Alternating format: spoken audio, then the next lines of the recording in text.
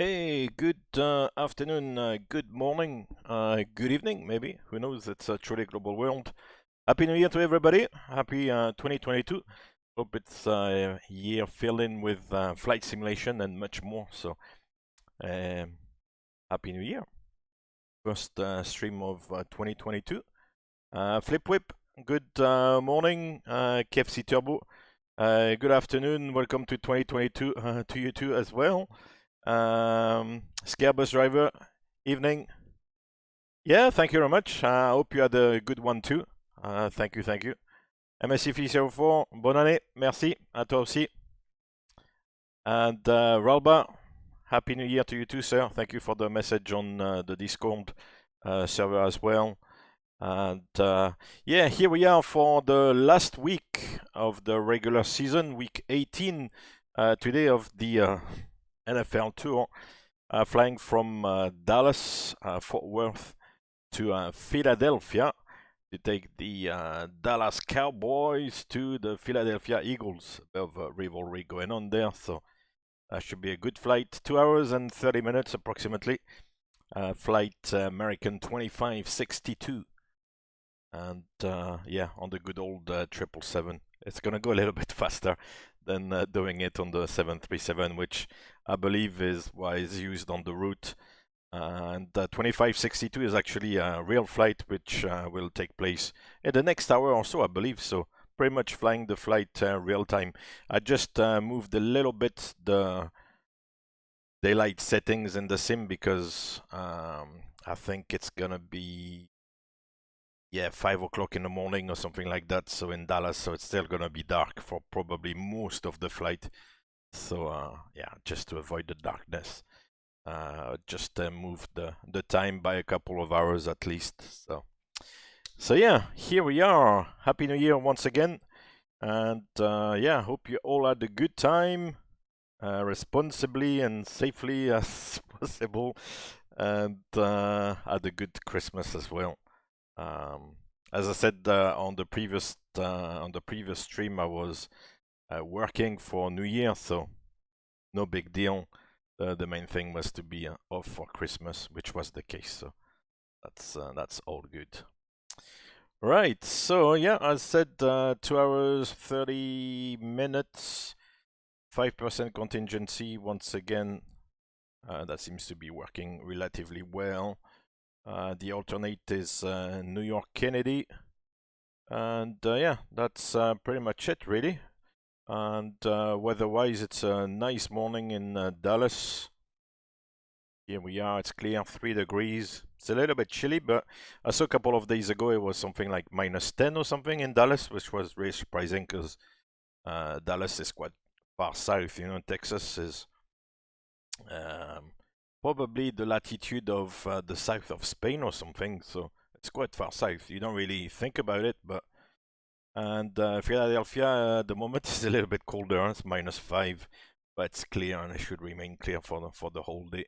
And Kennedy is, or New York is -7 as well, so and all clear, so no issues there.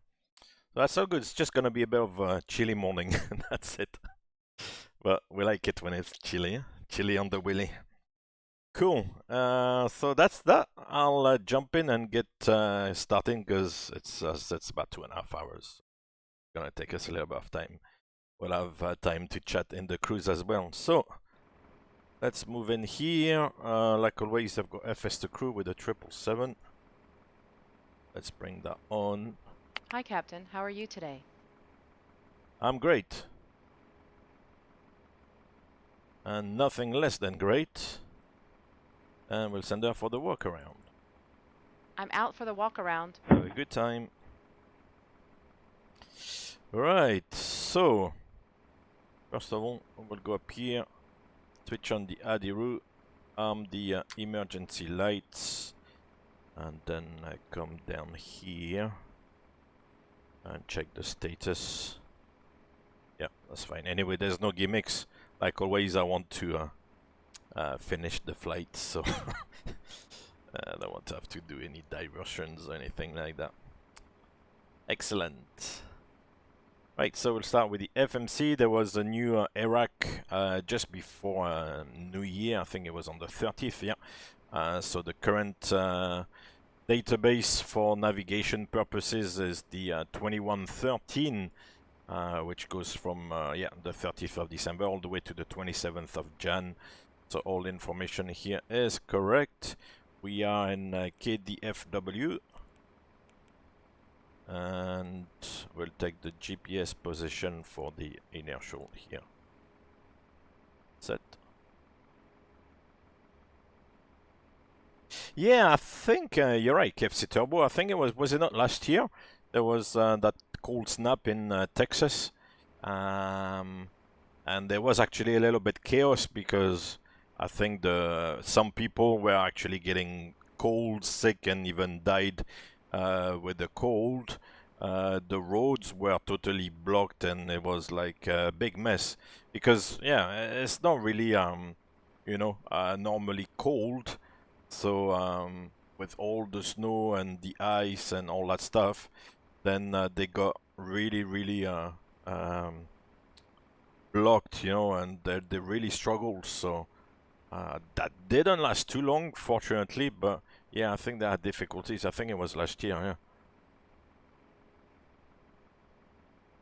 So yeah, we are very funny, Scarebus, very funny. No comment. Right, so we'll take the 777 routes there, KDFW, and no, it doesn't want to. Let's go back to this then. Oh, here we are. PHL, that's the one. Request.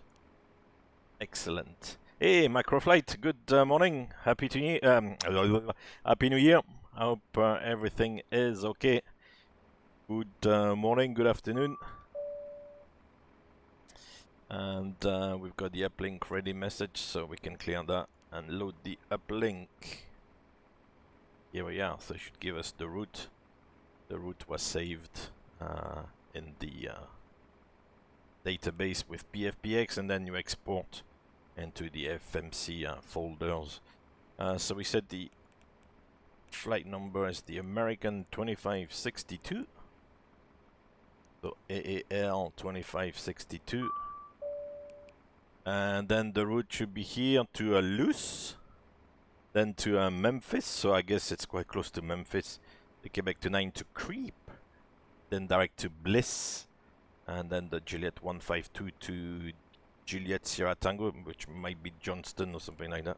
That's it, so we'll activate and execute. Anyway, reserve is 8.2, cruise altitude is 350, cost index 120.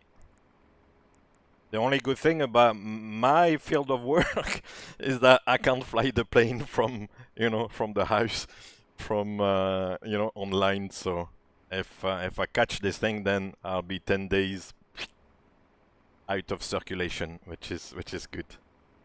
Hey, Bernard, good morning. Happy New Year to you too. And yeah, we'll leave it at this here, and we'll make the engine out. I'm not gonna fly remotely a plane from the PC here. It's a good thing. We're not there yet in the technology for pilots to fly the actual plane from a remote location. It's not happened yet. Maybe one day, yes. Maybe one day it will. I wouldn't be surprised actually. Southwest 61 is gonna be lining up and waiting. 13 the acceleration height actually we're gonna make it 4,000. Because there's a restriction we need to climb, if I remember. Anyway, yeah, there'll be like FSU IPC. I should contact the, the chief, not the chief pilot, the technical pilot, and say, hey guys, you should look at FSU IPC. It's a good interface. And they're gonna look at me, think, what did you have for New Year? Alright, and we're looking for the Triton 3. the loose transition. Here we are. We're gonna go from 17 right this morning. Right, so let's have a look at the departure. Reload. Ah, that's it. Gosh. Right, so DFW, here we are. Looking at the SIDS.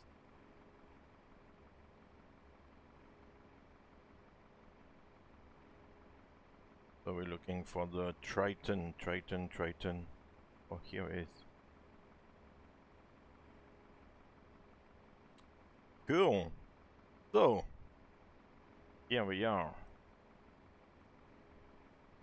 We have up here in Dallas, Fort Worth. Beautiful. Transition altitude 18,000, yeah. Radar required, turbojet aircraft only. And yeah, that's top altitude is 10,000 feet, so it's already set. That's great. 17 right. Okay, so from 17 right here, we climb to Spera. We have Spera, then to J-Girl, and it's 240 max and 5,000 feet or above. So that's why I set the acceleration at 4 to kind of get climbing initially. The aircraft is relatively light, but if you're a little bit heavier, then it could be potentially an issue to make that 5,000 because it's relatively close in. And then to Quartz, it's here. Then to Trich. Okay, we have it in the FMC. Then to Jake's. And then to Triton. Excellent. And then the transition to loose. Yeah, 066, I'm back from the walk around. 069 Everything here. looks good. 62 miles and 62 miles here. Okay, that makes sense. So the FMC checks, we've got the stop altitude or the initial climb 10,000 just in case some ATC pops in, and the runway should be 176, so the runway track.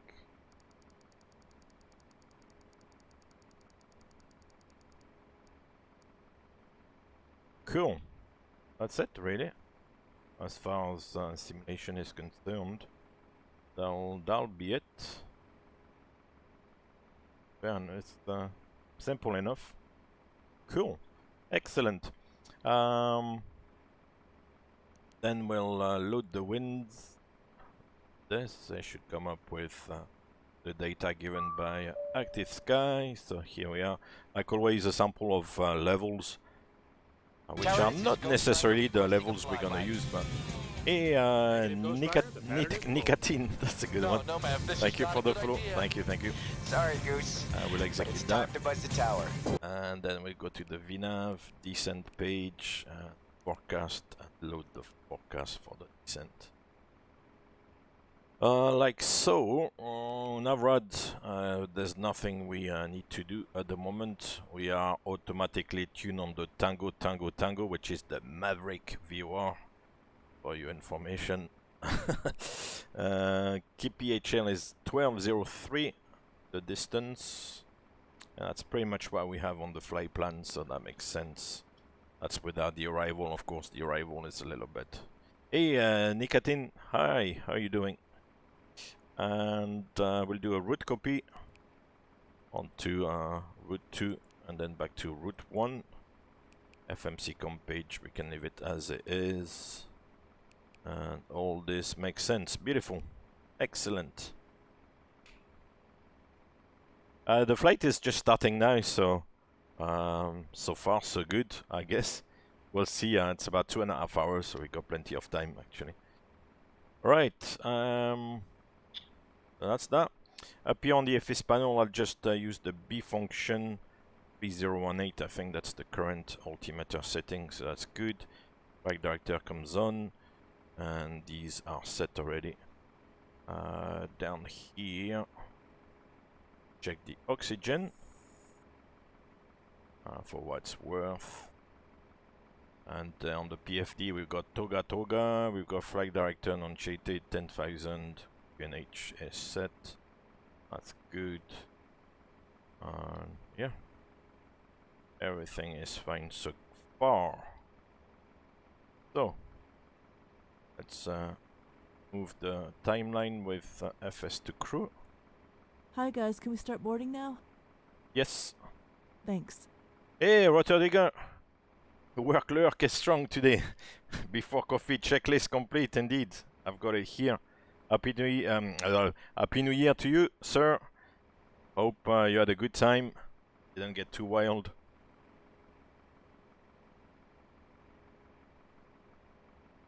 I'm actually gonna have to expedite that coffee because it's getting cold. Right, so let's do the boarding then. Let's bring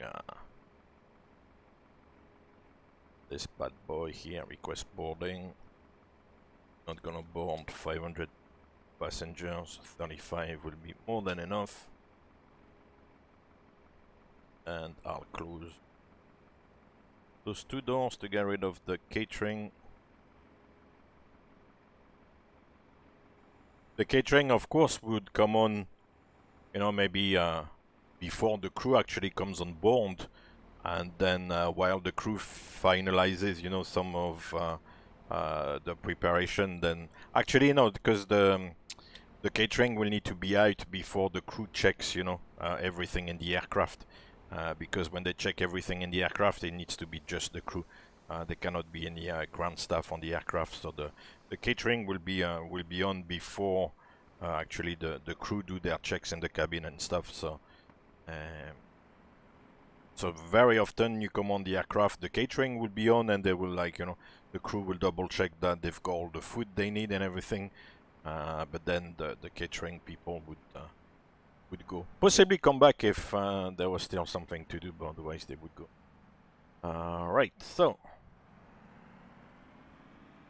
we're gonna be boarding. Let's move forward with this. -19, yeah. FS the crew is gonna do the pre-flight flow. I've already calculated the takeoff performance, I'm good. Hey TB, how are you doing? Good afternoon. I hope everything's good. Fire test in progress, wow. Fantastic. Thank you, sir. Thank you, Dankeschön. And yeah, that'll be, oh, the briefing. Because otherwise FS2 crew is lost. So we're gonna go from the gate with the transponder, reduced thrust, flaps was probably 5, but I'll double check if I calculated earlier on this thing. The autumn wind is a raider, pillaging just for fun. He'll knock you round and upside down and laugh when he's conquered and won. Oh, New Skies, thank you very much. Thank you for the raid. Dun dun dun dun dun dun dun dun. But you remember one thing. Thank you, sir. Hope you're doing well. Happy New Year. You'll be flying a cargo plane full of rubber dog shit out of Hong Kong. Yes, sir. Yeah, it's gonna be flaps 5. Bravo, Captain. Oh, oui. Adam, thank you for the follow. With a little detour to I'm ready for the checklist. Shut your face, Henri. Smooth, Captain. Very smooth. The stewardess said And Captain Vijay, thank you very much for the follow. both pilots. Can you fly this plane and land it? You're done with streaming Surely today can't on be New serious. Skies. I am serious. And don't call me Shirley. Oh, excellent. I'm glad to hear everything's good, New Skies. Good to hear. Happy New Year to you too. Yeah, it's funny the axle height here because I put 4,000, which is a little bit non-standard, but as I said, it's to help the aircraft climb, and here it doesn't really let you do it. So anyway, I'm sure we will survive. Yeah, for all the raiders joining now, welcome aboard. We are flying from Dallas Fort Worth to Philadelphia, so should be a good flight. American 2562 heavy, looking good so far. And so we've kind of done the brief. So yeah, left seat takeoff 17 right at the Triton 3 departure. Get it climbing a little bit initially, all the way to 10,000 feet. So good. That's pretty much it. I'm not gonna bore you with the eject, emergency briefing, and all that stuff. Right, let's do the pre-flight checklist then. Pre-flight checklist. Pre-flight checklist. Oxygen. Tested 100%. Tested 100%. Flight instrument. Heading 315, altimeter 3018. Heading 315. Altimeter 3018. Pre-flight checklist complete. Thank you, thank you. Yeah, so I'll see. I'm not sure actually what I'm gonna do for the rest of this kind of like tour. If I'm gonna do the flights for the playoffs, I think I'll try probably. Maybe do again like one flight a week. So the chances are we'll end up at some point somewhere in Green Bay again, where the other day was like 1 degree Fahrenheit, which must be like minus 15 or minus 20 or something. So hopefully catch some snow. Actually, it was snowing in Philadelphia yesterday morning, their time. So it would have been nice to fly in the snow and arrive in Philadelphia with the snow. So today it's clear. Wrong day. Eh? Anyway. Alright, so let's go to the Perfinite now. While we're finishing the boarding.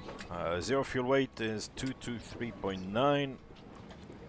That's the weight of the aircraft with everything except the fuel.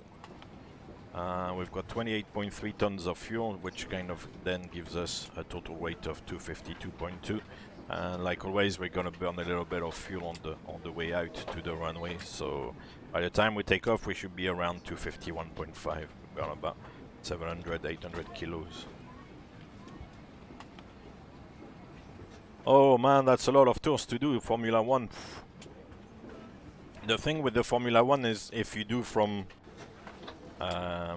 race to race, sometimes they are like very long flights. You know, if they move from like one continent to the to another, then it's very long flights. At least with this, the longest I've done was 4.5 hours, but it's because I chose to do so. But otherwise, most flights are like an hour and a half, 2 hours, 2.5 hours. Within the US, you can kind of find shorter flights, but if something like the Formula One, if you go from, I don't know, from Brazil to Europe, then it's like a 10-hour flight. So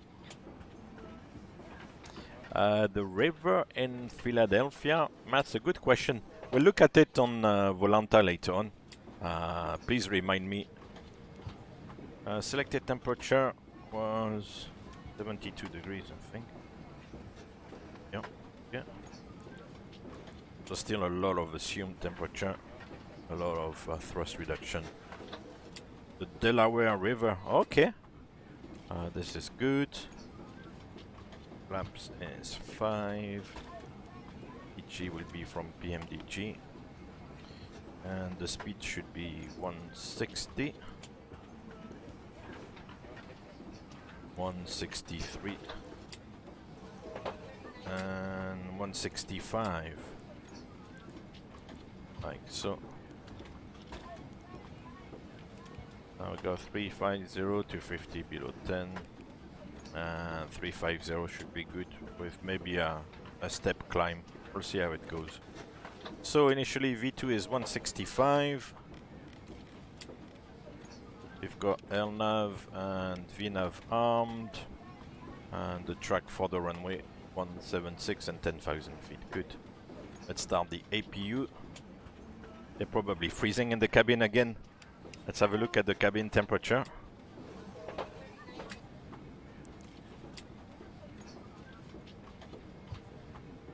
Seven degrees. It's a little bit warmer than outside. But I don't think this is very realistic because, as I said a couple of times on those previous flights where the cabin was a little bit cold,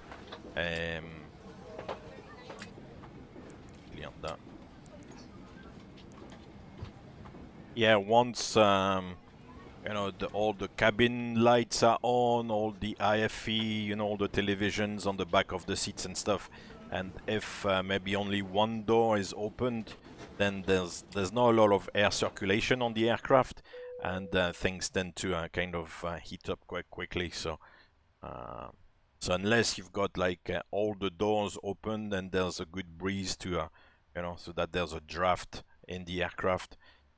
it wouldn't really get that cold, to be fair. You're taking the Baby Beast jet for today's flight back to your left. Oh, amazing. Cool. Excellent. The Baby Beast jet. Fantastic. Oh, I'm glad you're joining. That's good. Right, so we'll disconnect the primary external power. And let's contact ground flight deck. Go ahead. Please disconnect the ground power. I know, it doesn't understand that. What is the phrase already? Oh yeah, ground equipment. Ground flight deck. Go ahead. Please disconnect the ground equipment. Roger. And then at -5, gonna do the speech. Welcome aboard. Ladies and gentlemen, welcome on board today. As you locate your assigned seats, please place your smaller items under the seat in front of you to provide more room for larger items in our overhead compartments. Okay, so everything is clear. They need to close the doors. If you are unable to accommodate any item in the cabin, please bring it to the boarding door and we will check it for you. Also review the safety instruction card in your seat pocket. Fair enough. If you are seated at an exit seat, also review the exit seating criteria. All right, guys. Everyone's seated. We're all buttoned up and ready to go in the back. Thanks. If you need anything, just let me know. Certainly. We'll order some caviar or something. Some lunch, please. But not yet. Right, so that's done. Just have a quick look outside again. Is he not closing the cargo doors today? FS2 crew should close the cargo doors. Normally it's done by FS2 crew. We'll give it a little bit of time. It's just the FSA like pressurize the hydraulics, then she's gonna say, we've got a door light. I may have to do it. Anyway.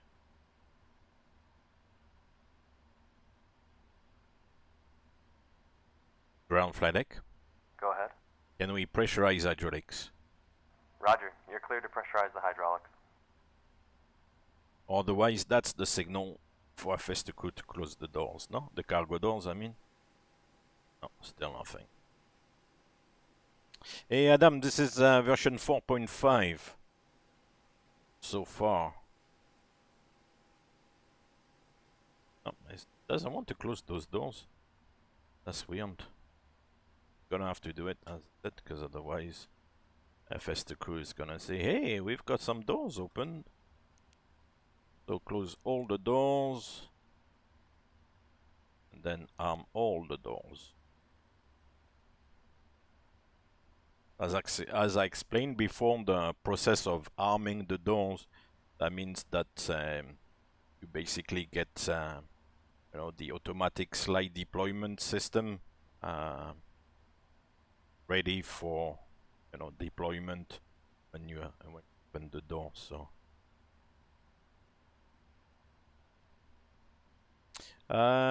Coltrane, the voice with the kind of crew in the background, it's an application called FS2 Crew,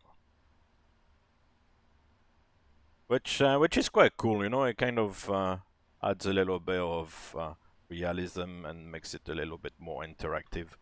Obviously, it's all fake, but it's nice to have, and it helps also with flying the aircraft.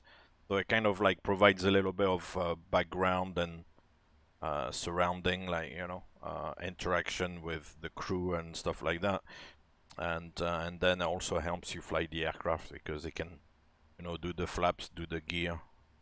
It's great. You are still dangerous. Thank you very much for the follow. You can be my wingman anytime. Bullshit. Before start procedure. Be mine. Are we cleared to pressurize? Yes. Okay. Okay. Right, so she's gonna pressurize the hydraulics. So all the primary pumps switches will be on.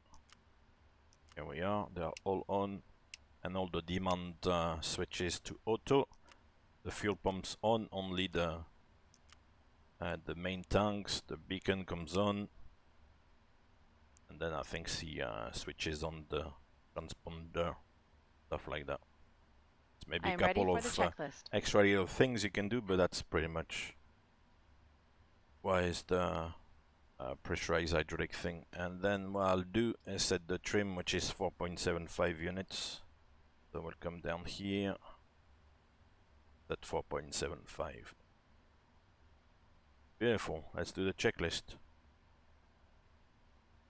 Before start checklist.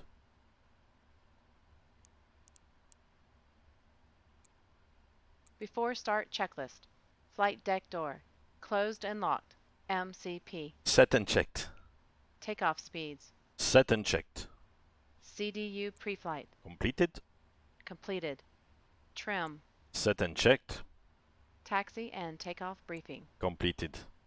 Before start checklist complete. Excellent. Yeah, that set and checked is still not really sorted out, but it's not working 100%. It's kind of a little bit fidgety sometimes. Right, so prepare for push and start. Do you want to start the engines before the push? No. Let me clear this bad boy there. Engine shut down. Yeah, the engines are not started yet. Was ist das?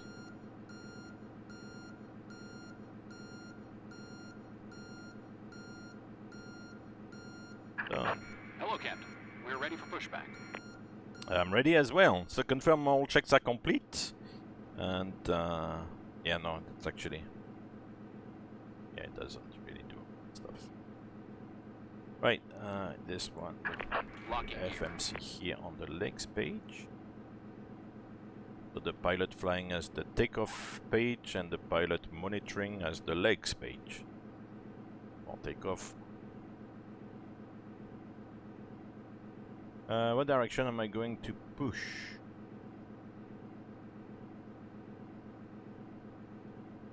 Face nose to the right. Right. Departure check completed. Bypass pin inserted.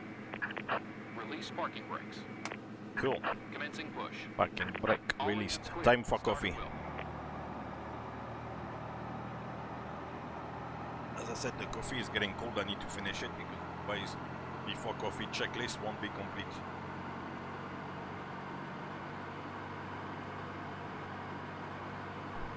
All right. Start sequence is 2 then 1. Check. Start the right engine. Starting right. She got it right. She got it right. The right engine. The start switch goes to start. Oil pressure. Fuel control switch. Run.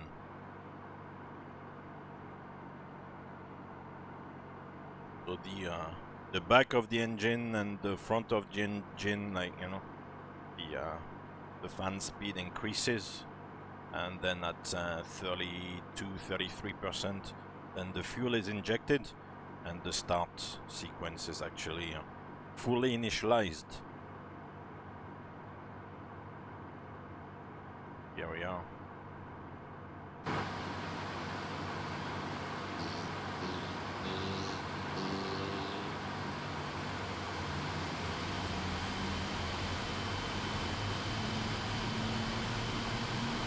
Magnificent.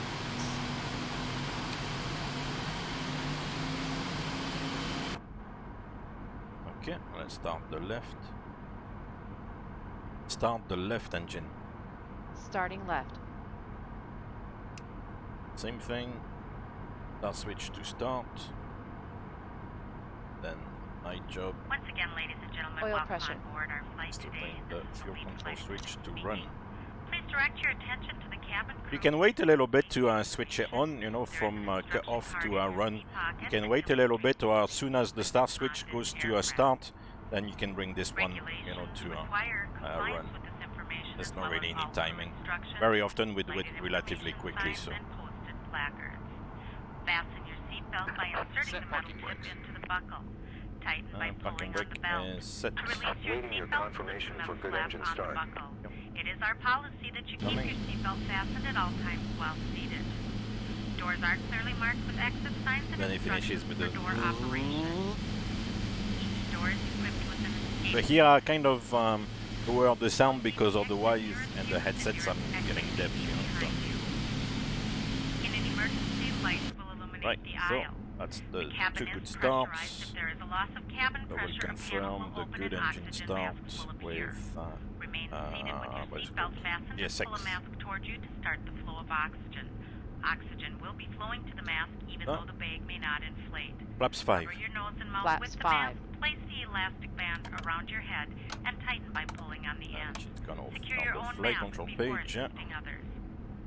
Let's make this Your bad seat bottom boy cushion bigger. may be used as a flotation device. Pull up and remove the cushion. Upon exiting the aircraft, place your arms around the cushion and hold on to the straps located on the back. This is a non-smoking flight. Smoking is not permitted in the cabin or lavatories. Unlocking gear. Cabin lights will now be turned off. Reading light buttons are located. Down there? Thank you for your attention. Oh yeah. See that here. Okay, anyway, have a good time. Thank you very much.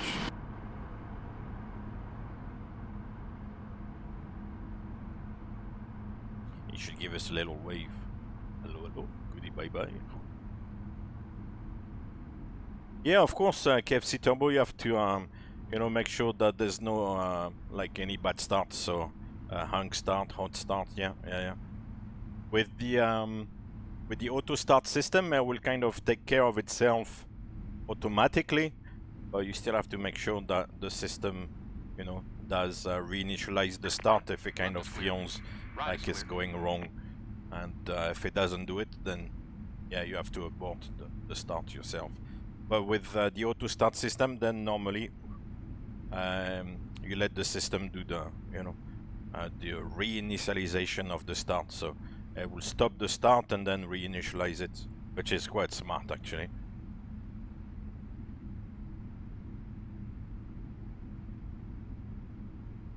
And check the radars. Go. Before taxi checklist.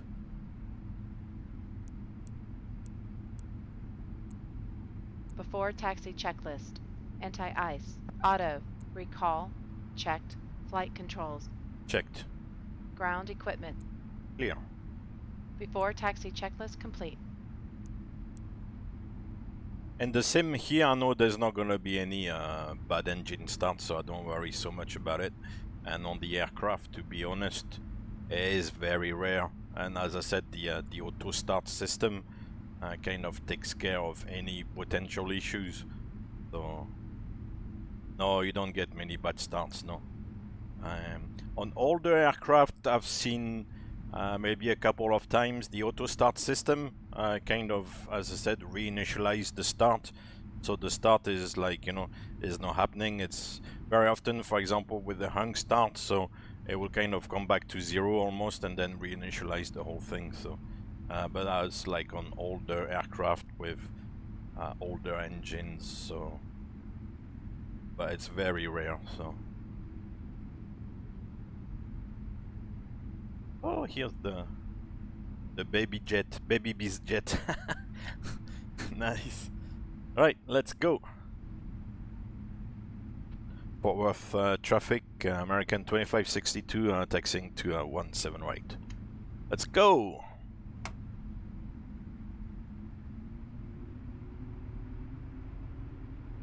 Clear left. Clear right. Cabin is The ready. cabin is ready. Right, so the Cabin crew, take your seats.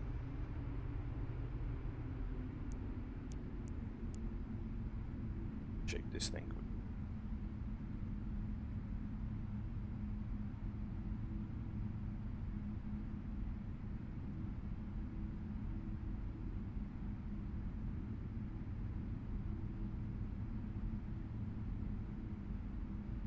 It's the wife texting me the coach where the kids are going to do their sports thing.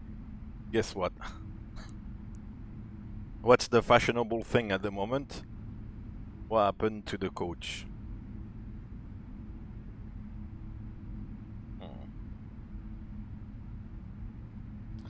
Alright. We'll go on to Lima. No, we'll take the sec. Oh yeah, Lima. Lima all the way to the holding point, yeah. So left turn here.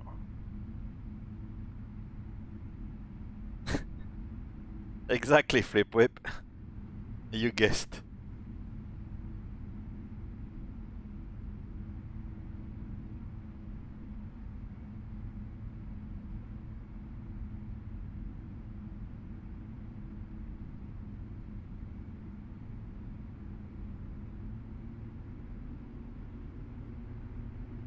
Right, so let's do the before takeoff checklist.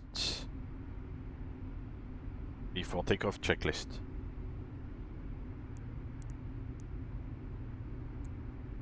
Before takeoff checklist. Before takeoff checklist complete. Checklist complete. Beautiful. Happy days.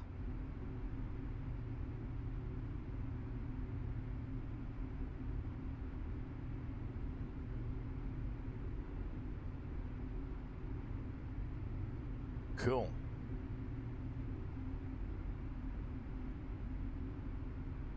That's as we said, it's the fashionable thing at the moment, flip whip. So yeah, it's just.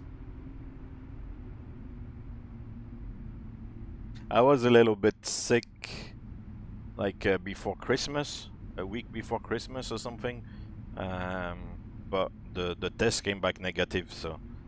Maybe it was something else, but yeah. At the moment, I think they said it's gonna be hard to escape, so. Rolba in Philadelphia, the Eagles. Fly, Eagles, fly.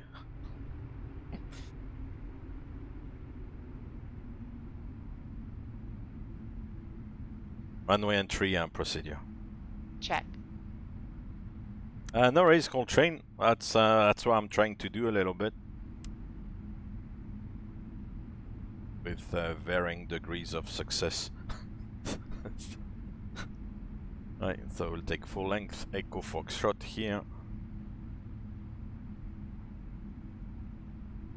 It's obviously very quiet. It's, what time is it?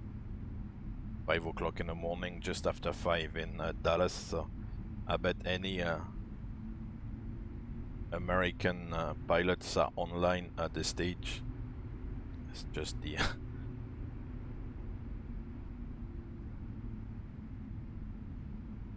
Alright, so clear on the left. We'll line up and get going.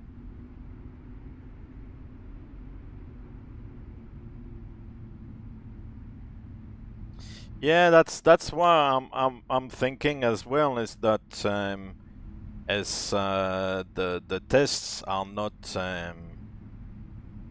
100% reliable. Plus, I've heard of several people around me were in that case, first testing negative and then eventually having a positive result. So yeah. Right, so that's runway 17 right. Looks like this one is in sync. Beautiful. Let's go, let's go, let's go, let's go. So we'll go 55% and 1. Take off. Check. Thrust ref. Check. Thrust set.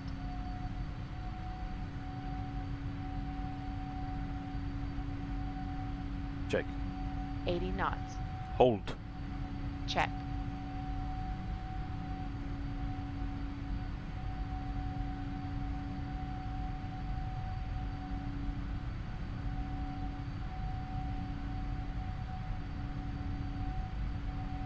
V1. Rotate.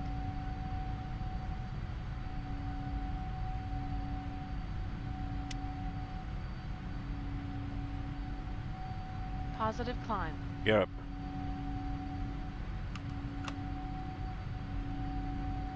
$400 feet. Press ref. Check. Enough speed. Check. Del nav. Check. Checkly check. Yeah, on VATSIM it's with other like humans. Yeah. People connect online, and there's a bit of interaction between the pilots, people connecting as pilots, and the air traffic controllers, who are also like, of course, human beings. Yeah. Oh, it's climbing like a rocket. It's very light, to be fair. If you do this departure at max takeoff weight almost, obviously it's not gonna climb as well as that.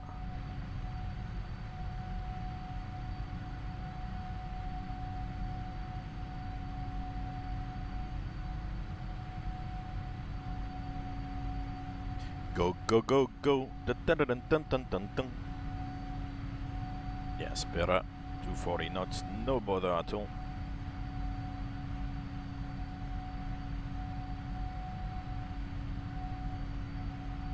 Downtown Dallas, background.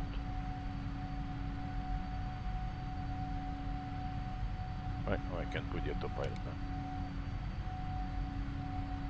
Yeah, the 5,000 feet restriction we made, no problem.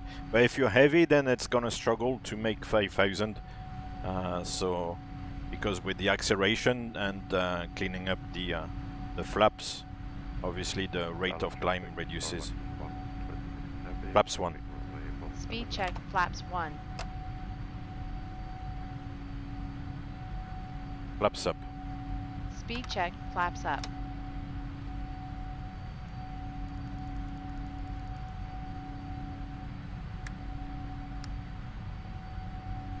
We're on final for this airport there. After takeoff, checklist.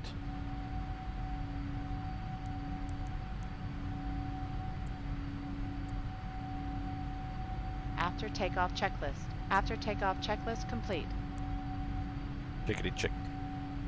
No worries, Coltrane. No worries at all. I mean, I do understand that it is fascinating actually what you can do on these things.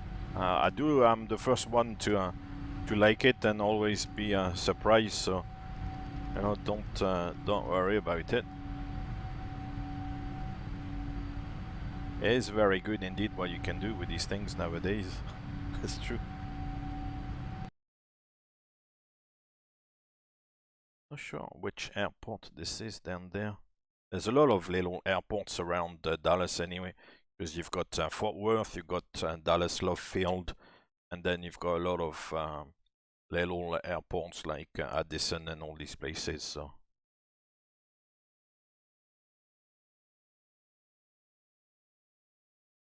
That's cool.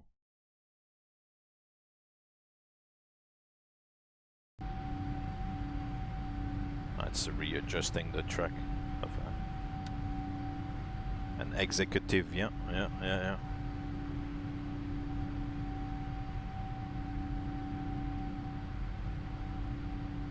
I think Love Field. Yeah, that's Love Field. I was considering actually doing the flight from there today, but I couldn't find the scenery really that seemed to be recent enough. The scenery I found was still from 2009 or something, so I thought maybe it wouldn't be really up to date. So I just thought that I will stick to DFW.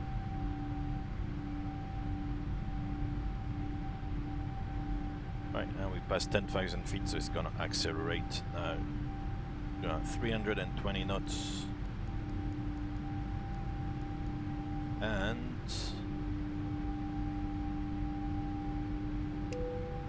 oh yeah, this aircraft has the no electronics configuration. I forgot about that one. We don't have any of this, so it's not something really I bother too much about. But let's go, let's go! Fort Worth traffic, American 2562 departing to the northeast, climbing for level 350.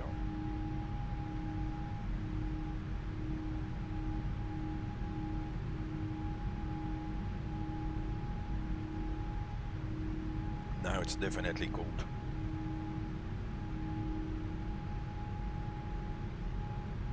Anyway.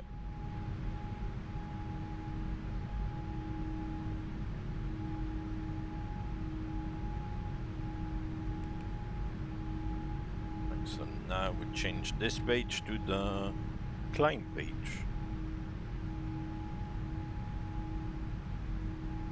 Coltrane, yes, I am. Yes, indeed, indeed. No worries, Ralba. Thank you very much for popping in. We'll see you next time, or on mobile. Have a good one. See you next time.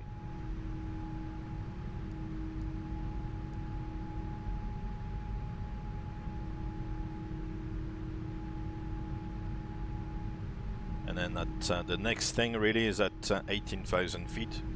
We'll reset the altimeters to standard.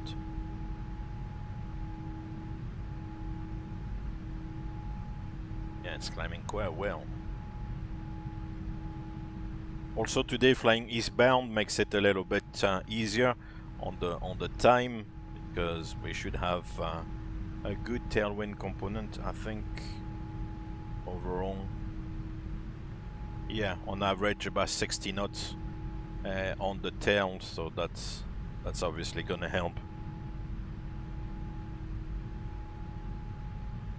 The sim is a good representation of the aircraft, however it's not similar to the aircraft in a lot of ways, so but for flight simulation and like for the 777 in particular, I do find that this simulation then, and I'm not advertising, the PMDG 777 is the most accurate simulation out there for desktop simulation. However, it's not the aircraft, you know. So, but you know, it does work quite well.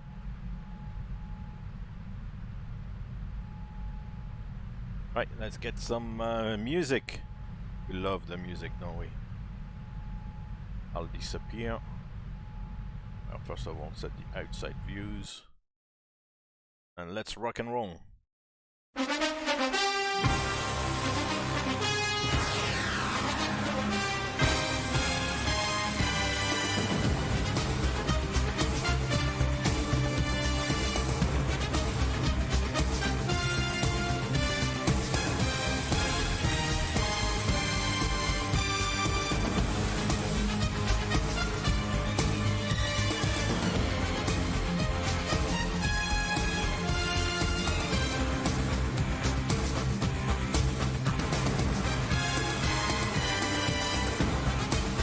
Da-da-da-da-da-da.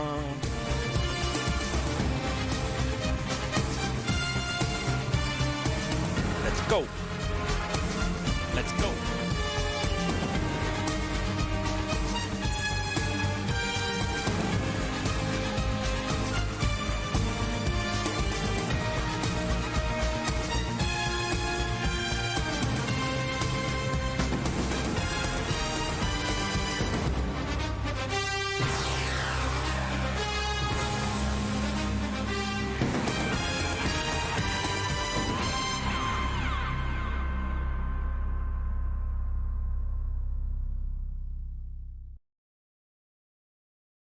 Very nice.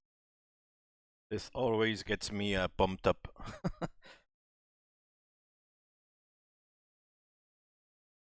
Yeah, the Cowboys to the Eagles. That's the last week of the regular season. So we'll see what happens. The Cowboys lost the weekend, so.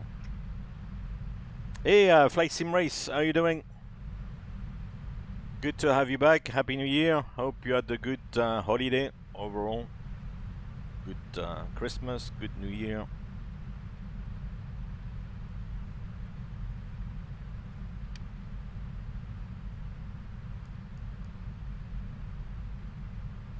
So we are still on the actual SID at the moment, yeah, because it stops at Triton. So we'll reach the cruise level before the end of the SID, and then we've got a transition to loose. So these departures are like quite long, and well, some of them at least in the US are quite long.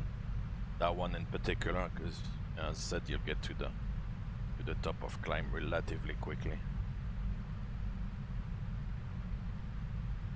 Fantastic.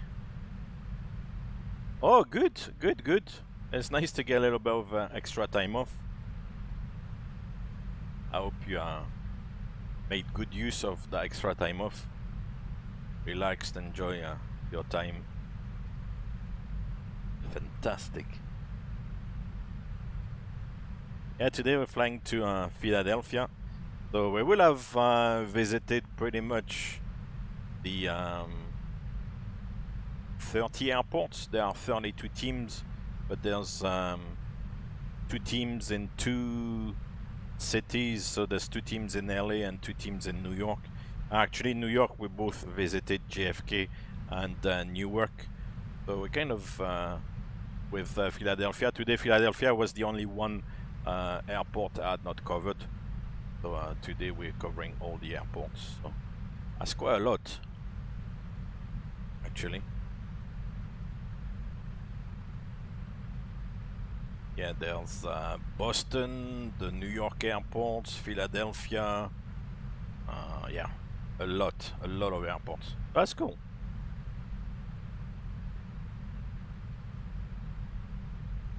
Oh yeah, the models, nice. And then did a bit of domestic chores. Nice. And mind you, you know, when you're out and about, if you're working or studying or whatever, doesn't always give you time to do the chores. So it's when you've got a little bit of time off that you can get all these things sorted out. The aircraft seems to be a little bit. It feels like the sim is going a little bit up and down. I don't know if it's trying to simulate a few bumps. The wind is good, 68 knots. I like that. Very nice.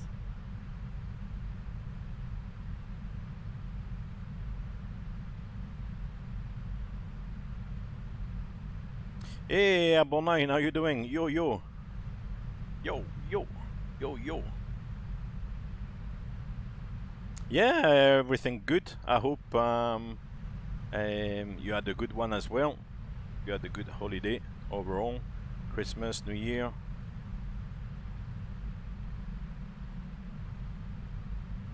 Oh, you had a few bumps as well. Yeah, that's active sky. That's good. Actually, I don't want to relaunch the, you know, the debate and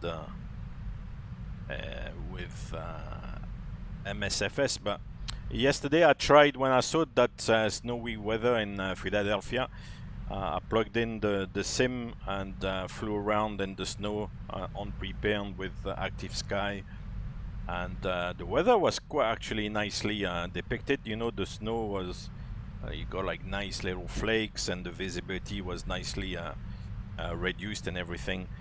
And then I plugged in like MSFS, and MSFS, the weather was totally off. You know, it was still showing sunshine and there was no snow, and you think they still have a lot to catch up, you know. Anyway, I'm gonna get lynched now. Oh, MSFS. Oh.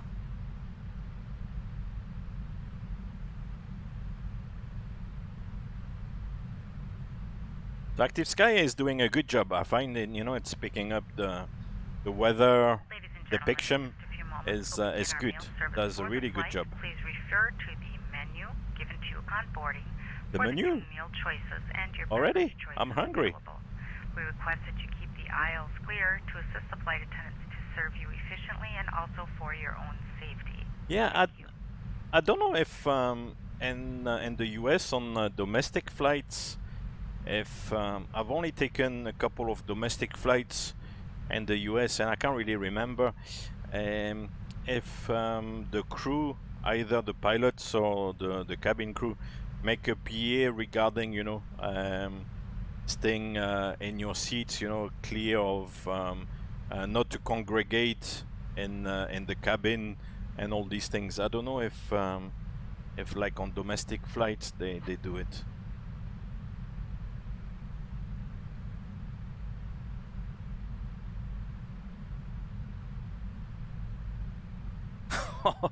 Fantastic microflight. One of the taxiway at Sweden, at Stockholm Arlanda, the other day in fog, despite having a moving map. Yeah. I don't know if you remember, that was a while ago. I'd done a flight into Munich and fog, and there was hardly anything to see. It was like a Cat 3B approach. There was maybe like only 100 meters of visibility in the sim. But the one thing is that the weather was reported as 500 meters or something like that. So sometimes it makes things a little bit too much. That's true. And then it's tricky. Because I remember on that flight, it was on VATSIM and the controller said, oh yeah, you're clear to land. I think I was flying a KLM flight. And he said, oh yeah, you're clear to land, and RVRs are, so visibility for RVR, visibility is 600 or 500 meters. So I thought, okay, yeah, it should work. We'll try to do, still do a manual landing if we can see something, and then go to, you know, minimums, nothing. Or maybe I had planned like an auto landing, I can't remember exactly. And then you get to 100 feet, still nothing.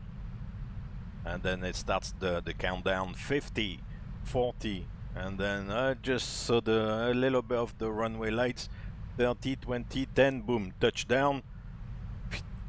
And it's like, oh wow, we're here. So.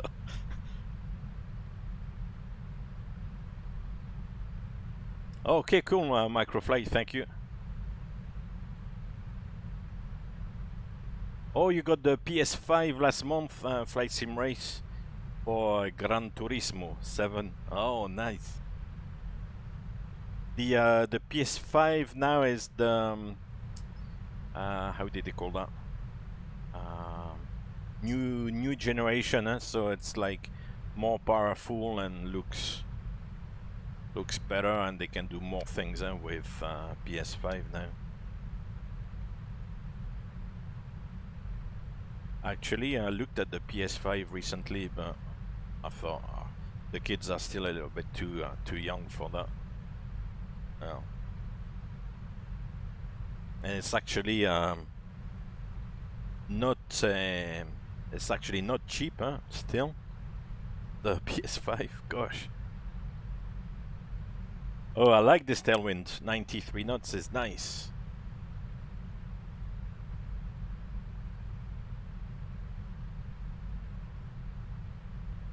Oh yeah, the fog, gosh. It's funny how it makes the... Was it like in the morning or something? That, you know, or maybe with sunset or sunrise.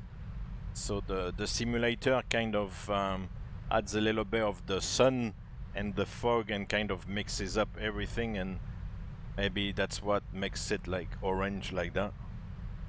That's amazing. Wow. Thank you for the screenshot, microflight. Fantastic.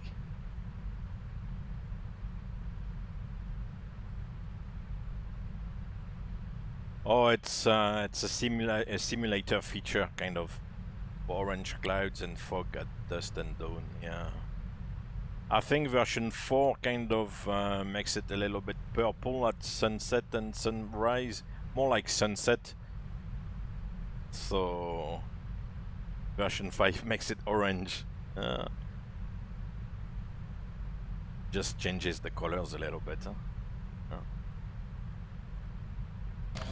You are still dangerous. And Aussie Gamer, thank you very much for the follow. Welcome to American 2562 to Philadelphia. Bullshit. You can be mine. Thank you, thank you. Where are we? On Volanta. Volanta. American 2562. Still trying to join loose. Was the first waypoint really on Pipeline Texarkana. Wow. So the route was a little bit funky because it's not the most straight line. It kind of goes north a little bit and then heads back east. It could like go like this, but that's what the route given was, so that's what they seem to be flying in real. That's what I picked up.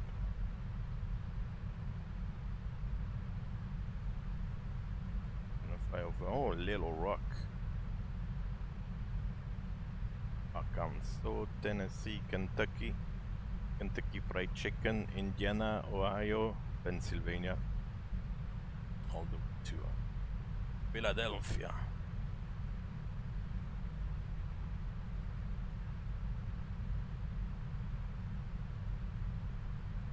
Oh yeah, KFC Turbo. Yeah. It's it was fun, huh? I mean, I was never expecting once again to have, you know, such poor visibility, and yeah, you just get to see the runway at the last really split second. I remember as well doing one recently in Keflavik in the simulator on stream here, where like same thing, you know, you're going down on the ILS in the soup, goes down, and then just when it says like approaching minimums or whatever, here's the runway opening up, and it's still kind of a little bit marginal, you know, so that's good fun. That's really good.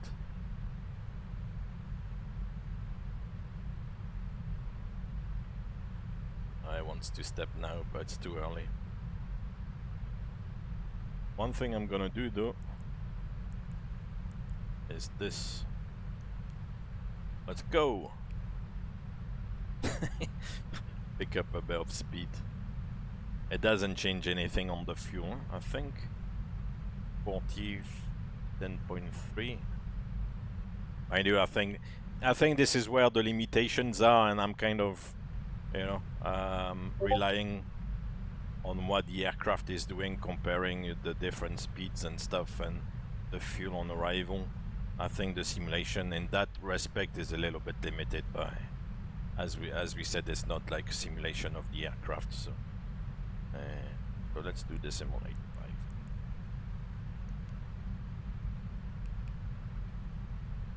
And it's 2 minutes. Yeah, we gain 2 minutes. And fuel-wise is not gonna make a big difference. EKVG.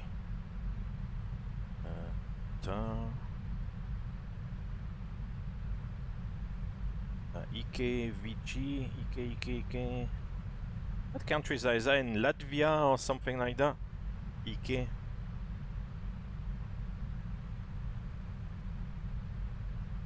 So 330, 40, gusting 60.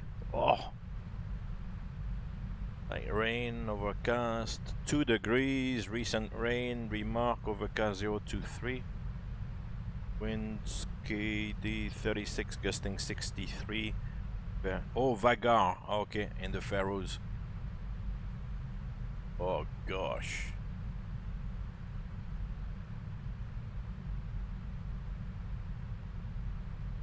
Yeah, it looks a little bit sporty indeed. My last flight I had maybe 20, 25, gusting 35, something like that. But the gusts were very aggressive. So we got a little bit bumped about and stuff. That was good fun. Fortunately, it was not too much across. It was maybe 20-30 degrees off, so it was not too bad. If you get like those nasty gusts, like full crosswind, mind you, if it was like full crosswind on the gust, that will take above all if it's wet, it will take, like, you know, the wind out of the limits. So Yeah, with the hills and mountains around, yeah. That would be nasty indeed. Because obviously the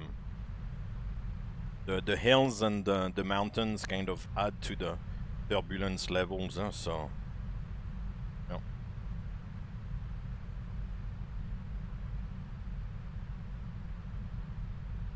Indeed.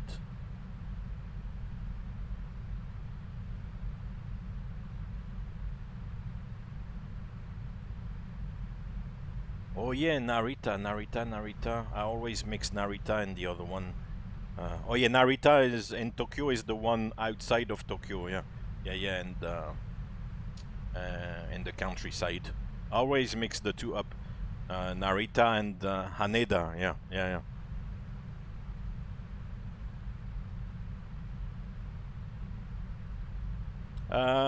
Flight sim race, microburst on landing.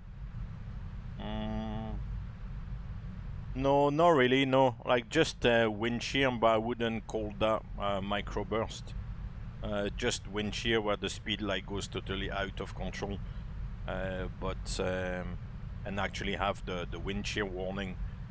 But the microburst in itself, with the associated weather around, not really, not just like a windy day. Well, the microburst can be nasty. I think there was it like L1011 in Dallas, actually it was, with the microburst that went down because they were like totally overpowered by the microburst, so it can be nasty. Oh cool, Flip Whip, what happened? Felt like first proper downdraft before Christmas.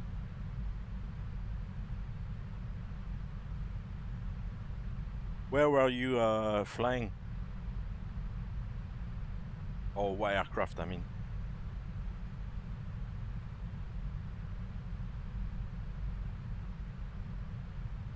And a Cessna 150, okay. Yeah, but I mean, that would obviously be maybe a little bit more sensitive to the downdraft, but if the downdraft is here, then you would definitely feel it. Yeah. Gosh. And then you go like, you know, you try to go full power maybe to try to get out of it, and you still feel that you are sinking. Huh? That's not a pleasant feeling, actually, above all on a little aircraft like that. And Flip Whip will add you to the Volanta. Done. Volanta.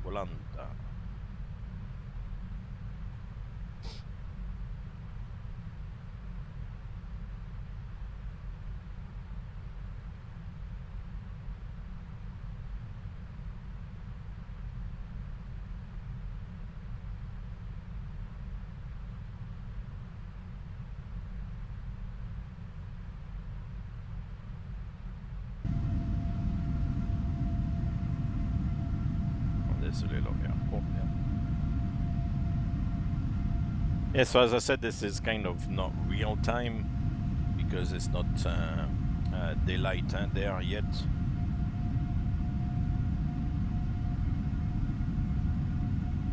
It's 6 o'clock in the morning in Dallas, and the winter, yeah, it's still gonna be dark, I guess.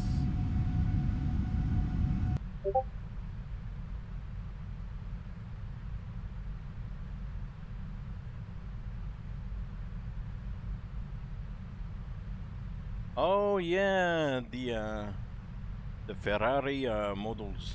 Oh, nice. Nice.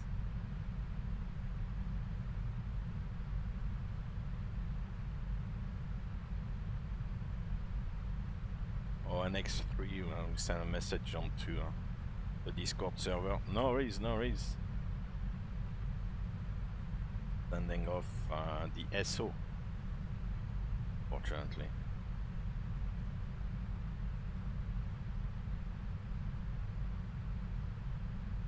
Cool. Alright. Right, so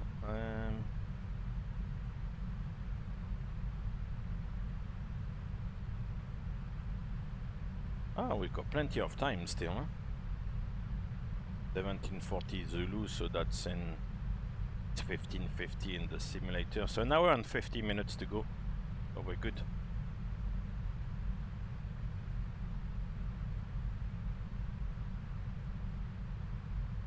Oh wow, 1,000 feet with full power. Gosh.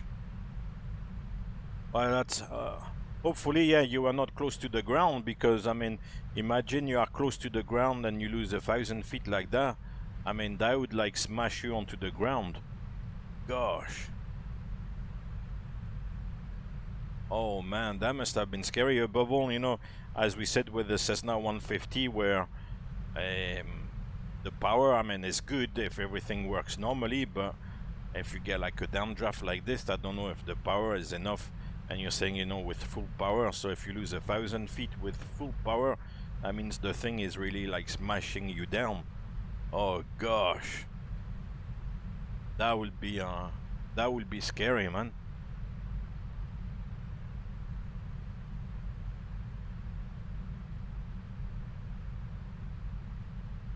Yeah, KFC Turbo, flying by the seat of your pants, indeed. And the aircraft sinks, followed shortly by your stomach. Yeah, you go like... Whoop. Oh, that must have been scary, actually. I'm kind of laughing because now it's done and you're still here, but... Yeah, I can imagine, yeah. Because on these little aircraft, sometimes you can give yourself like a bit of a fright. And this sounds like one of those episodes. So, gosh, yeah, that's not great. Was it in your part of the world? Yeah.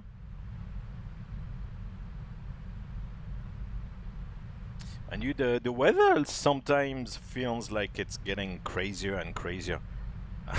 Once again, I'm not gonna get into the debate of global warming and all that stuff, but I've seen some funky weather phenomena, you know, recently, and you know, it makes you wonder if there's not something going on. Oh wow.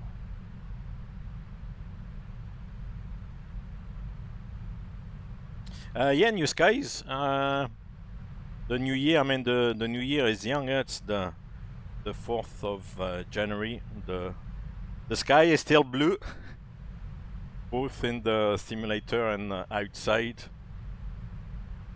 So we'll see what's in store for this coming year.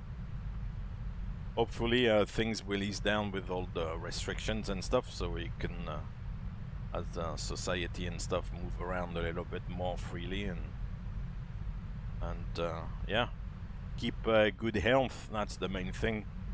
When you've got good health, then the rest usually follows, pretty much, so yeah.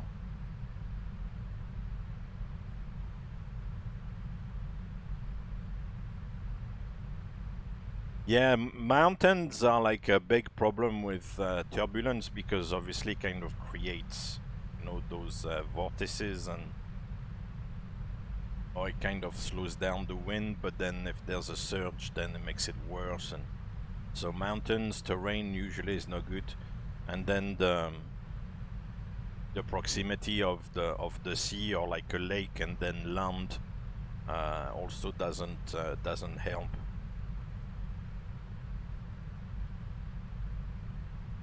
Oh yeah, Godzilla is waking up. Oh god. How are we gonna escape Godzilla? Wow.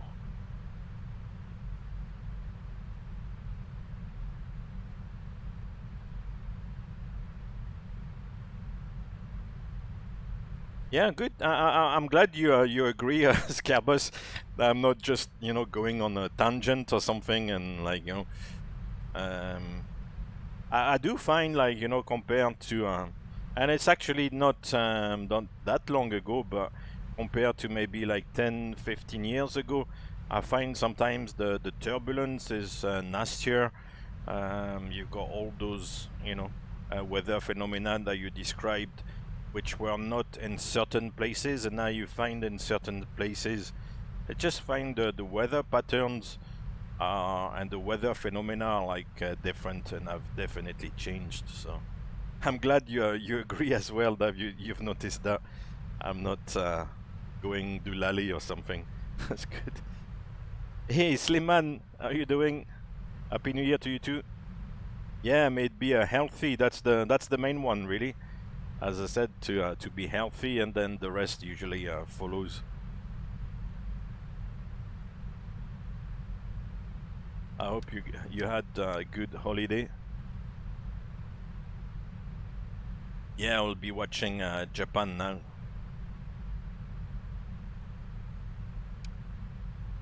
Yeah, Japan sometimes can be funny. It's and I'm always amazed by like the strength of the jet stream, in particular in the winter above Japan, and pretty much like, you know, over like Japan and South Korea, and then the east of China there, and then in the opposite direction going across the Pacific, you got those huge winds.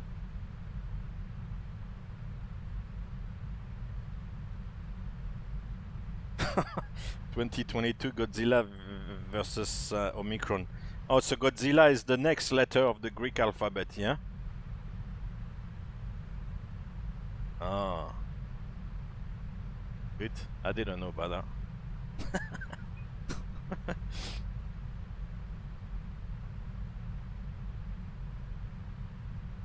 Yeah, clear air turbulence is the big new one. Yeah. Clear air turbulence relatively often is associated with, you know, any jet stream, but not always the case, of course. So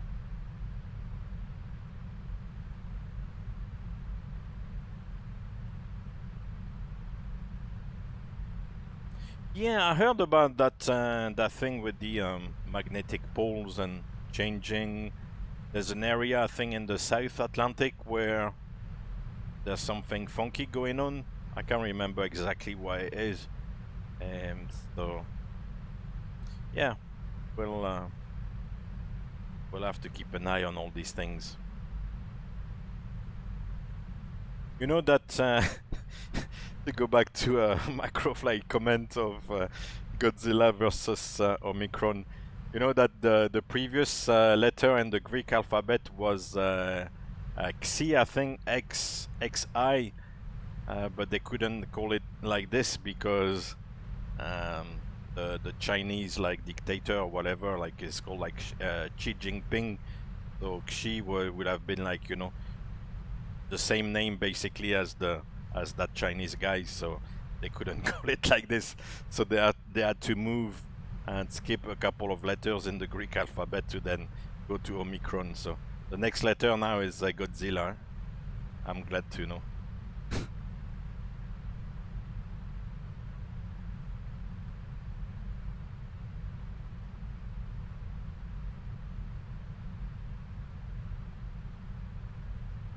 No big studies going into it to try predict it better. Yeah. They just have to suffer the turbulence, I guess. Australia will be all the way right up. Yeah, man. If imagine if the Earth, like, you know, gets tilted, you know, upside down, that wouldn't be good.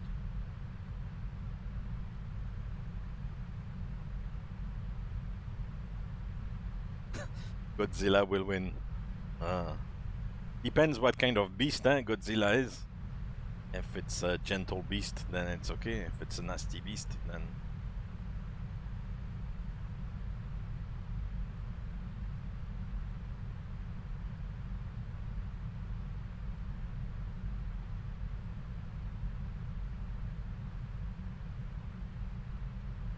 Oh, my flight plan on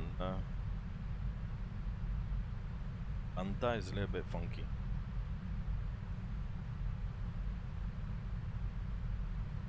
Yeah, no, you know, as we were having the discussion the other day on the Discord server, some scientists seem to think that it's maybe the beginning of a very slow end to the whole thing, so hopefully it's gonna ease down over the next few months. Fingers crossed. The one thing that is a little bit of a shame is that, you know, for me it should have never lasted that long, you know, but anyway. Ay. Right, so we'll try to see if we can pick up some more weather for Philadelphia. I don't think it's gonna be too wild. I said it was snowing yesterday, it would have been amazing. No, it's still clear. 3045, wow, it's very high pressure. Can already reset 045.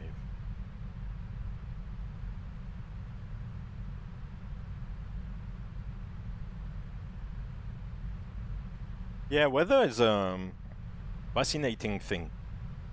Obviously, you need to look into it a little bit and maybe be interested, but I find the weather in general, all these weather phenomena and all those weather patterns very interesting. And when you are in aviation, obviously you've got to take into account the weather, so it's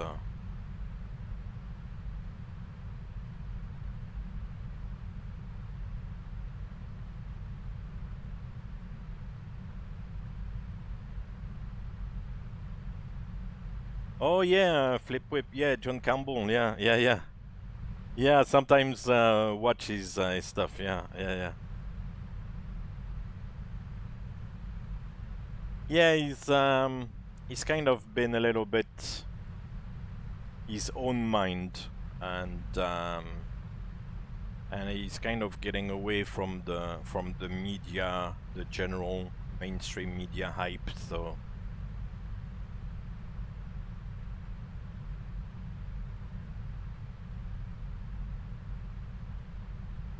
hey, what is today? We are flying to Philadelphia.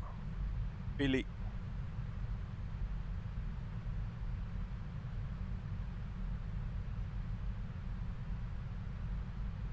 Met is, what symbol is that? A dog or a bitch in the ATPL. Yeah, because then they in the ATPL they try to make it a little bit more complicated than it has to be. Plus it comes with all those fancy terms and denominations and all that stuff. So in the ATPL they make everything more complicated than it has to be. Plus on the actual exams as well, they'll try to trick you with, you know, the usual false answers or bad answers, which would make sense if you know, you read things the wrong way. Or so yeah. ATPLs are a big trap, definitely. Remember what they say. I think that's a universal recommendation is RTFQ. Read the FN question. So, which basically means like make sure you read the question properly, take your time, and don't jump to conclusions. See if there's any traps. If there's a calculation involved, make sure you apply the correct, you know, formula, and then answer the question. I did find when I did the ATPL that those questions where, for example, there was a calculation, and if you were applying the wrong formula or like a different formula, the answer you found was one of the suggested answers. I thought that this was quite nasty actually, because you do the calculation, you found like a certain result, and then it's in the list of suggested answers, so you think, yeah, I'm doing well here, that should be correct. So you go for the answer, and actually because you use the wrong formula, then you know it's obviously the wrong answer. So yeah, that was nasty, because they could like just give you random answers, and obviously one of the random answers will be the correct one, but the others will be totally random. But no, they'll like put like possible answers as one that you could find by mistake, if you see what I mean. So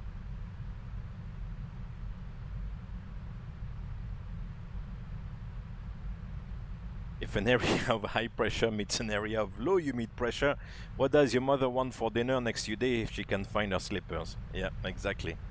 Exactly.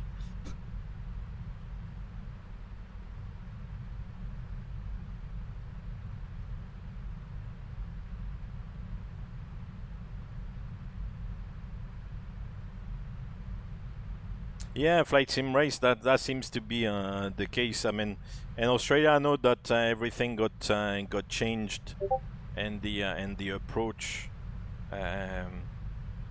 to containing or whatever, you know, this the pandemic. So, but yeah, it seems that it's a little bit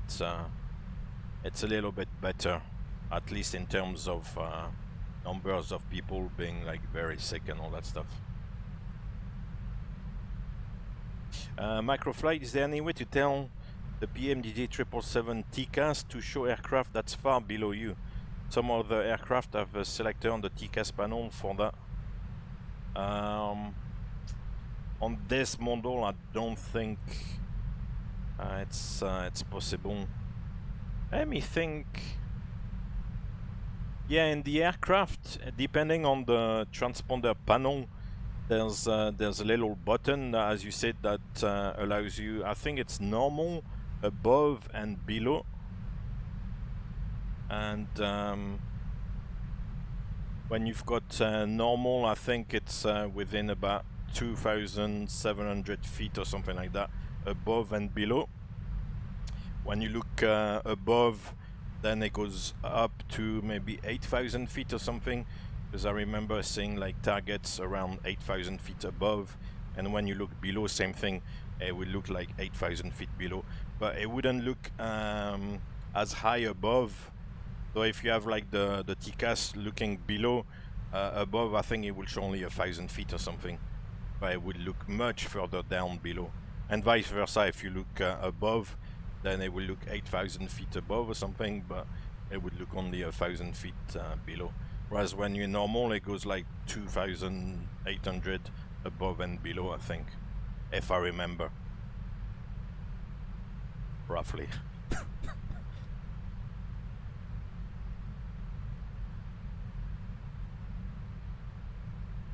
How well advanced are you with the ATPL flip whip? Are you finished with the ATPL, or are you still doing it?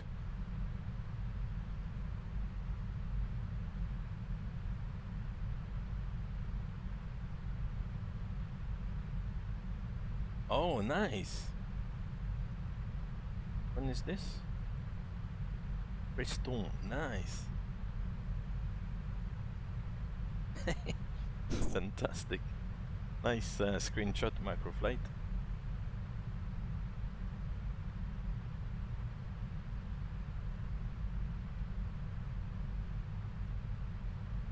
Dustin says to buzz the house in near DFW. Already far from DFW. Oh, you finished? Good, good, good. Exams are done. Cool. That's a weight off the shoulders, indeed, because at the end of the day, it's theory that you will not necessarily apply or have to use on a regular basis when you fly. I mean, it's obviously a nice knowledge to have, but at the same time, it's knowledge that. And the way it's taught is really to make you pass the exams.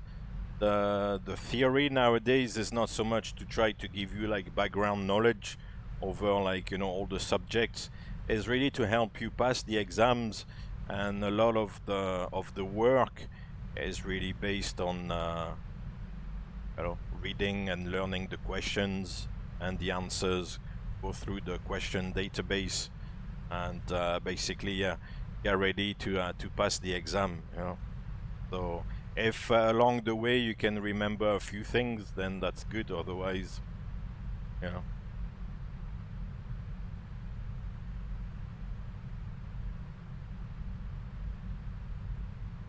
Oh, so trying to convince a big blue type rating. Yeah, we had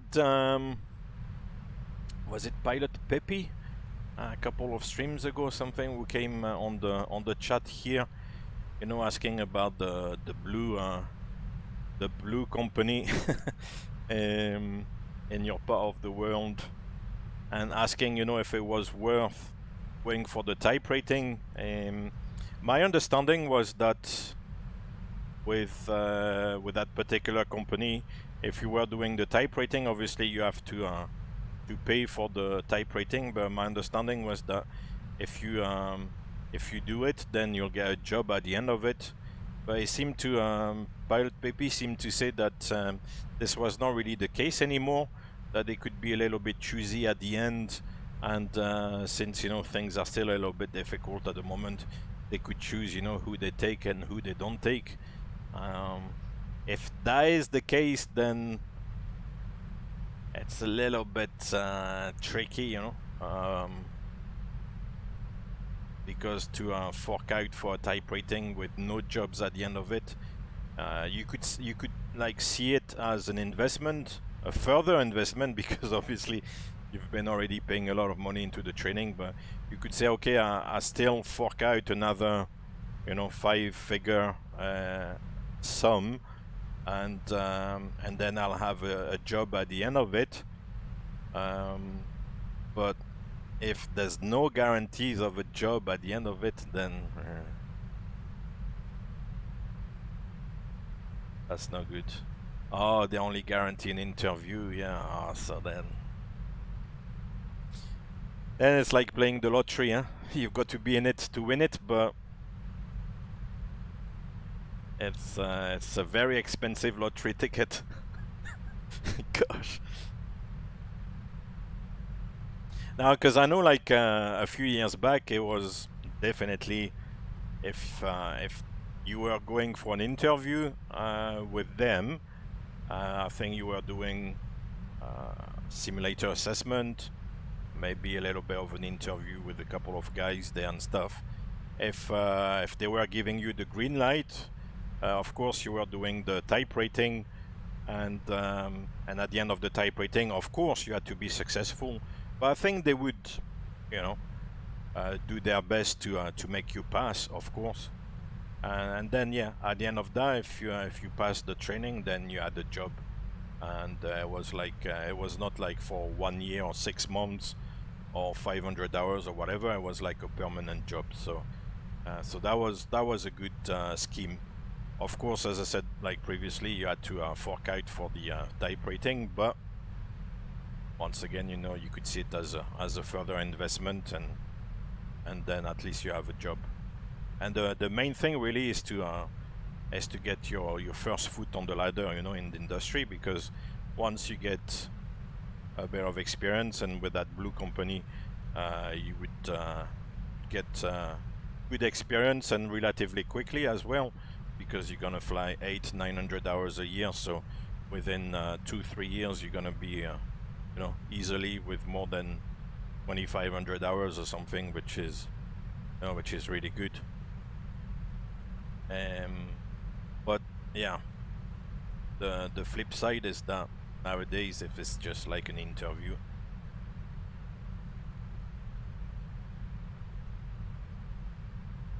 what do you mean, Flipwhip? It's a mentored integrated course, 98% pass rate. Oh, is that what you're doing? Mentored, is that with the guy who does those videos? No. It's sorry. With the chat here, sometimes you kind of lose a little bit the meaning of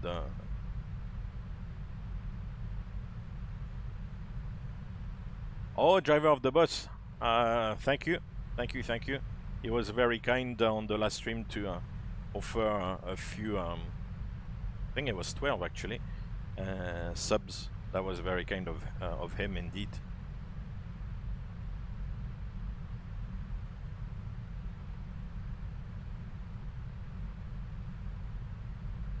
So Flip Whip, you finished the ATPL, and but you've not done the flying yet. Correct me if I'm wrong. And then you're gonna do, I'm not sure what the mentored course, but integrated course, I understand that, you know, you go to a school and you only do the flying. It's like full time basically. Flight sim race. Instagram.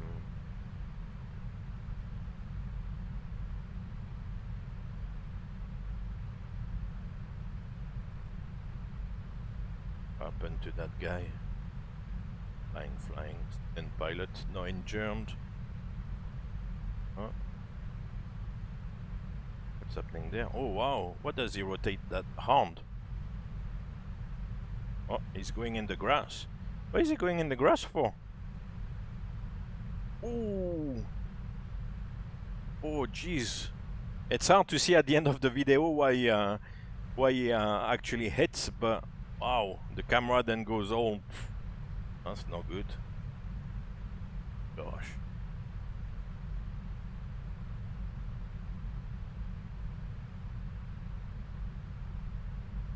Ah, okay. So the course is an ATPL.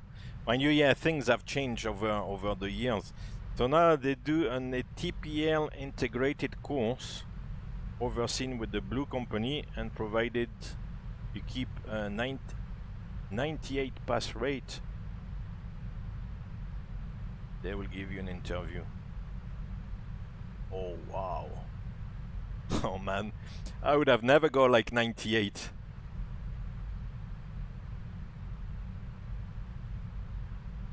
But is the interview guarantee of a job, or you still have to pass?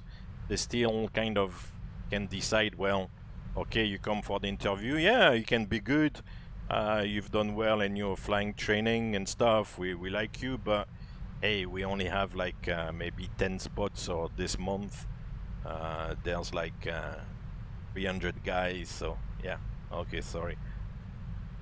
You see what I mean? So is the interview, then you've got a good chance to pass it if you're good enough, or is it still like for them a good way to get rid of a lot of people, if you see what I mean?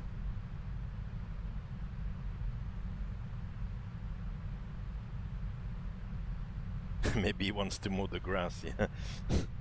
Yeah, that wouldn't be a nice experience actually. I remember many years ago in my flying club, like I can't remember who that guy was, but he kind of landed like this on a small aircraft, and then for some reason he kind of veered off the runway, ended up in the grass. The plane went like, you know, bounced a couple of times. There was maybe a bit of a bump on the grass or something, so he went there, and then on the second bump went like nose down. Obviously then everything stopped. Fortunately there was no fire or anything. But yeah, he went like on the second like hop, he went like nose down in the grass. The prop totally bent, the front, like, you know, the nose of the aircraft like damaged, and the guy was like well shaken up, you know. Obviously he got out of it and it was fine, but I was in the radio room that day. I was like, what is going on? The guy like veered off, went wheet, boom. Jeez.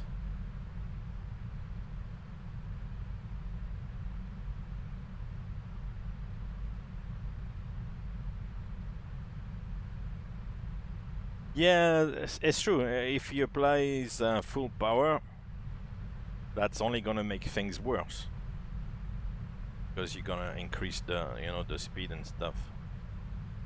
Okay, so if you go for the interview, then you've got a good shot. And then you do the MCC and the jock also with the blue SOPs. Oh, that's good. So you will do the MCC and the joke before the interview, yeah? So they would have an extra chance to look at you, basically. Or would it be after the interview?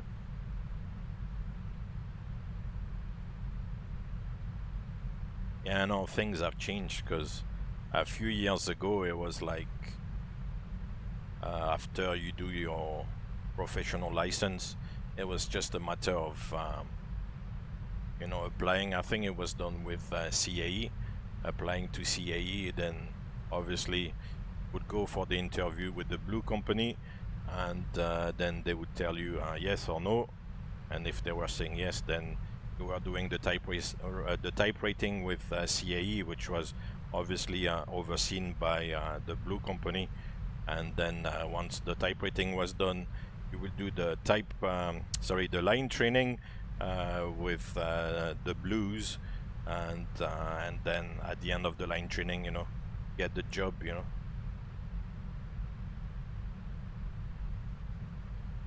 Doing the MCC and the jock is good, actually, to do it with the SOPs as well, because at least it gives you a bit of a flavor for what to expect on the type rating.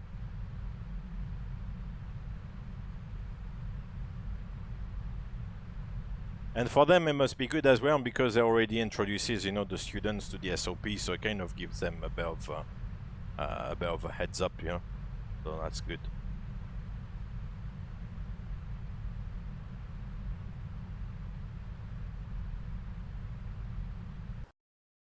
The joys, huh? That whole training time, and then, you know, having your licenses and applying for jobs and stuff is always like a difficult stage, you know, because it's really down to luck and good timing. I've always found you need to be in the right place at the right time, so to speak. So it's always a little bit difficult. But it is critical, because you need really, as I said, to get that first foot on the ladder, and then once you get that first foot on the ladder, then, you know, your career can progress quite quickly. But if you don't get that first opportunity, then, and it's a bit of a catch-22, because very often they would ask for experience, but to get the experience, you need to be given the opportunity to acquire the experience. So, you know, it's very catch-22, because on one side, you know, they want you to have time on the aircraft and in the air, but if you're not given the opportunity to get the experience, then how are you supposed to do it, you know? Is this?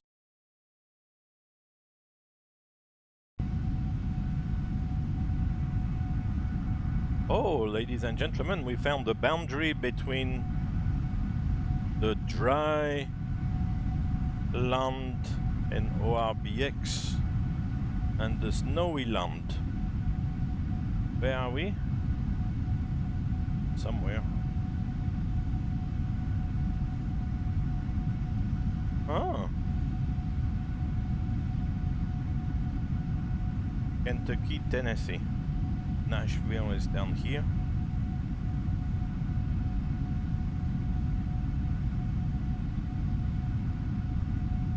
Oh, it's a kind of, yeah, midway across the US there. That's where the snowy land and the dry land limit seems to be. I think the other day I was talking about that. Not that it really matters, I mean, it's just like oh yeah, the other day I was wondering with ORBX where the limit between having snow on the ground and no snow on the ground would be. It looks like it's pretty much here.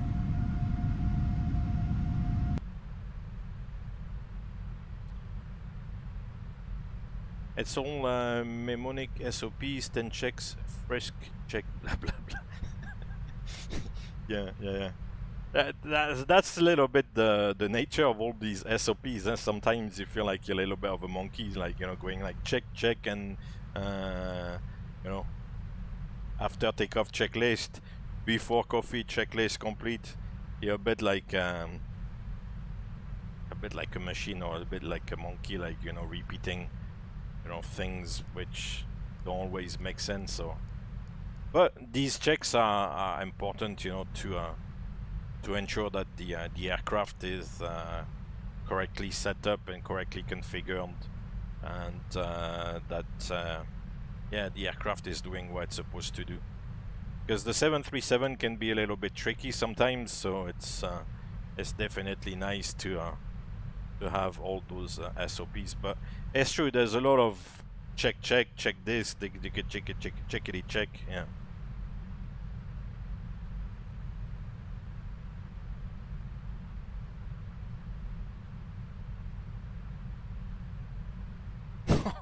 Oh, no way, Flight Sim Race. The guy was locked in the aircraft. Gosh.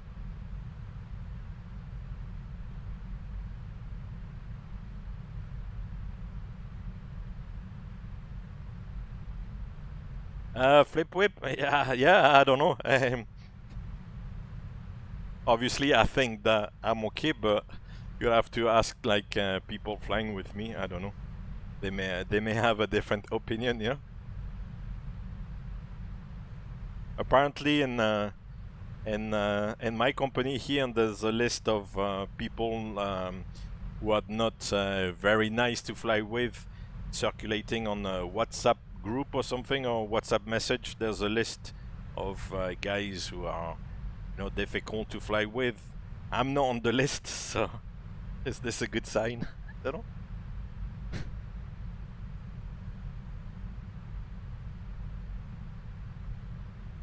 At the end of the day, it's let me get rid of actually.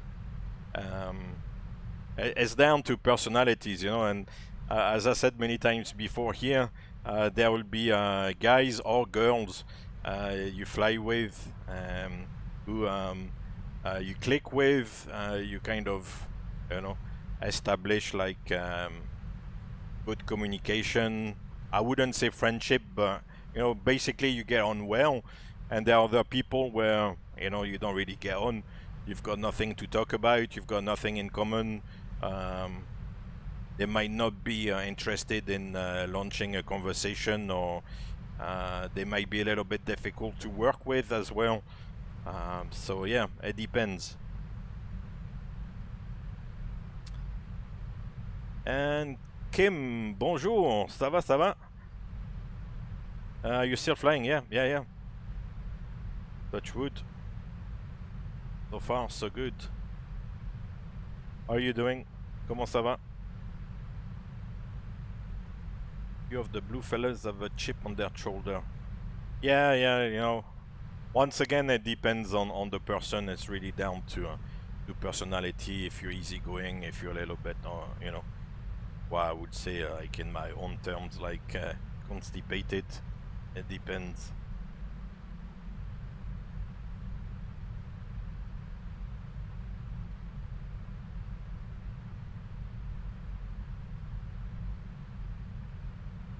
Yes, Campus.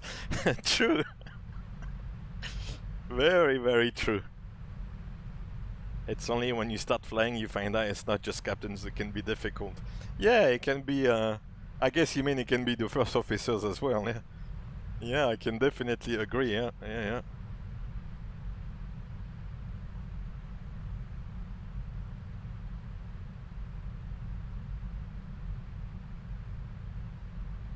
Ah, okay, Kim, you were one of the early viewers back in the old days. Well, old days, so to speak, like maybe 4 or 5 years ago. Ah, okay.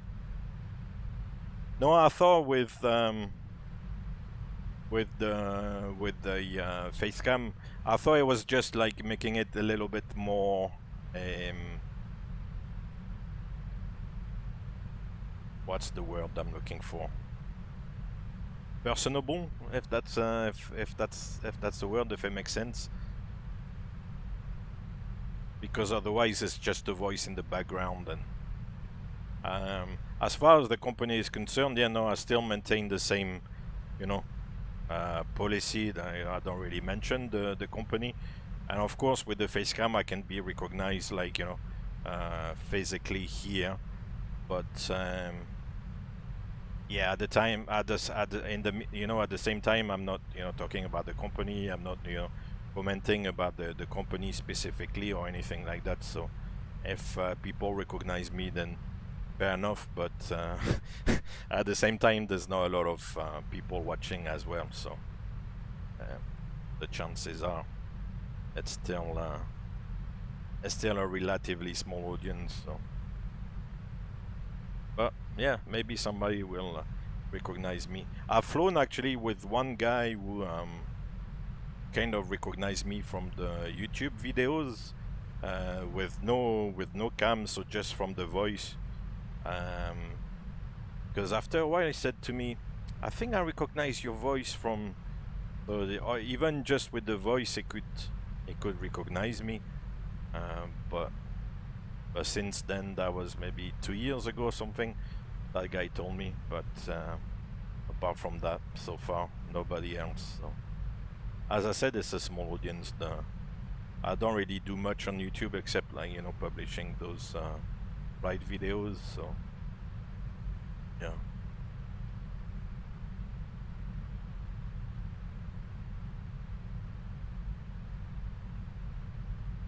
Slimman, curious, did you... No, not really. No, I don't think... as I said, I don't really mention the company and stuff, so I'm not...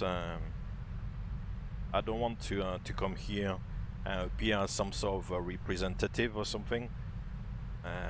What I do in my own time is, you know, my business, and I think that as long as I don't really quote, you know, the airline here, or don't talk about, you know, what the current news are, or, you know, the latest developments, or, you know, give like commercial secrets or anything like that.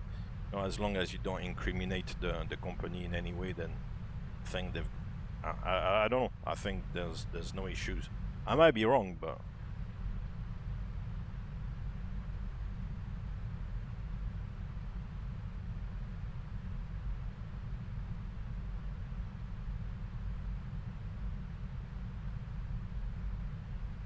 Well, yeah, Kim, there was a little bit of that actually, because I think he was yeah, he was joining the company and he was looking for extra information on the 777, and he came up on those videos, and some of the material kind of makes sense. So for like any, you know, 777 type rating training. So yeah, I think that was a little bit the background, but just to find extra information or see, get some of the flows or some of the procedures either explained or at least shown, you know, in a video format instead of just reading about it in a book, if you see what I mean. So, but yeah, I think that was the case. And of course, like some guys will be a little bit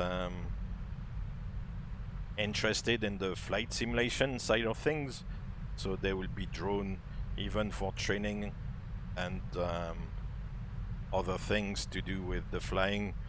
They will be drawn towards, you know, looking into like flight simulation videos, maybe streams as well. So definitely, yeah.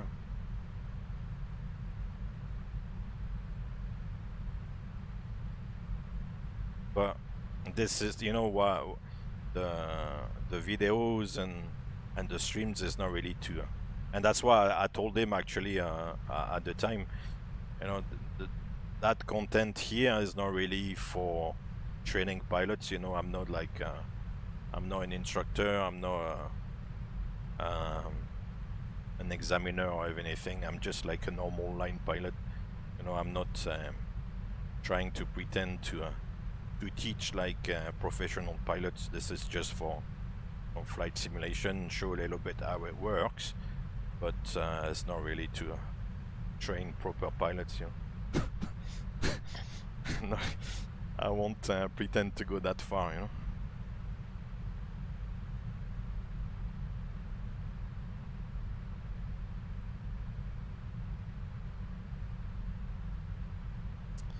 Yeah, it's definitely the case, Kim. I think that you always have to question yourself. You always have to study, review things.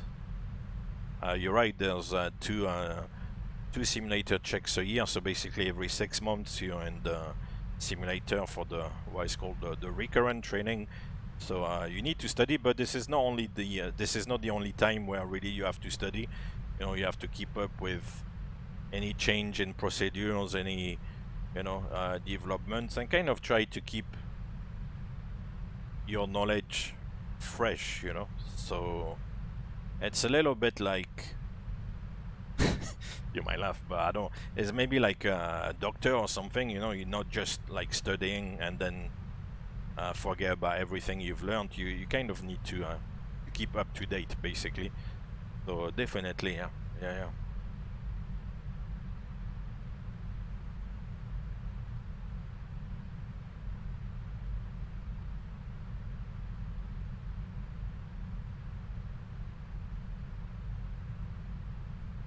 Scammers driver, I'm not sure what the feeling the airline pilots are giving away top secrets and need approval to be able to talk about their job comes from. Certainly not from us. What applies to us applies to anyone.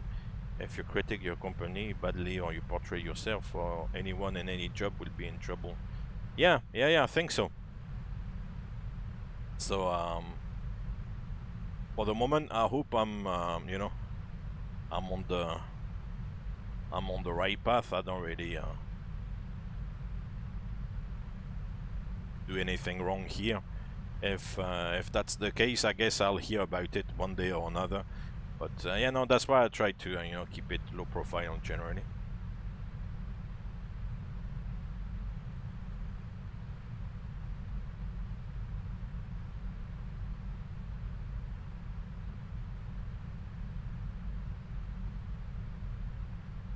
The whole social media thing and the media in general, like mainstream media, like the main like news and stuff, it's full of rubbish. And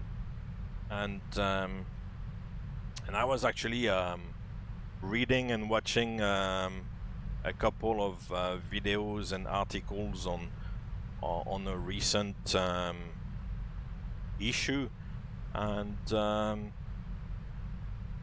it's full of nonsense. So you have to be able to kind of you know, take and leave some of that stuff that you'll find online. And but if you come online and a Scarbus driver saying you badmouth, or you give false information, or you feed that kind of nonsense hype you can find on social media, yeah, it's not a good thing.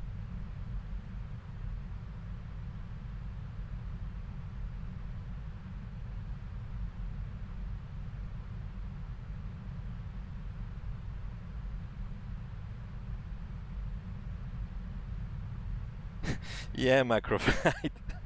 No, but I mean, what you have to realize as well is that here it's really also for fun, and you could like make a few little mistakes, or that the thing also, it doesn't really resemble any type of real flying.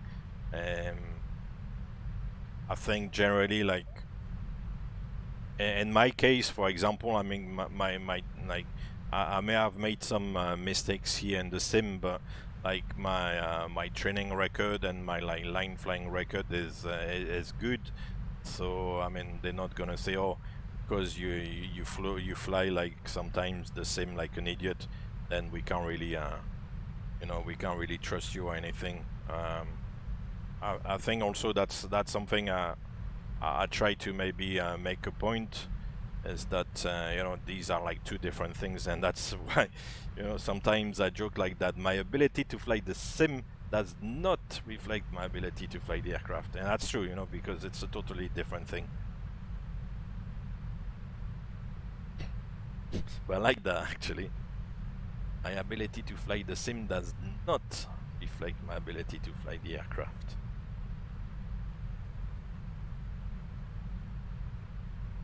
There was a Londonian cab driver who was posting some videos of his job, so driving around London, smoke talks with the clients. Of course, the cam was on him, voices of clients all turned. Might sound boring, but I found it relaxing and interesting actually. But his company told him to delete everything and never do it again. Yeah. Yeah, I don't know if maybe in the conversation there was a way to identify, you know, who these people were. I don't know.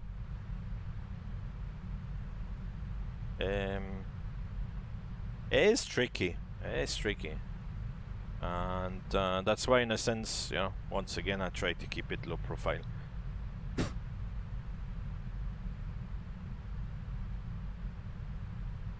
And I'm gonna start like asking myself questions now. Gosh. Oh, and you get the winter texture as well, microflight. I saw your last screenshot. Yeah, that seems to be the boundary, huh? Between Tennessee and Kentucky there. That seems the boundary between the snowy ground and the dry, still green land.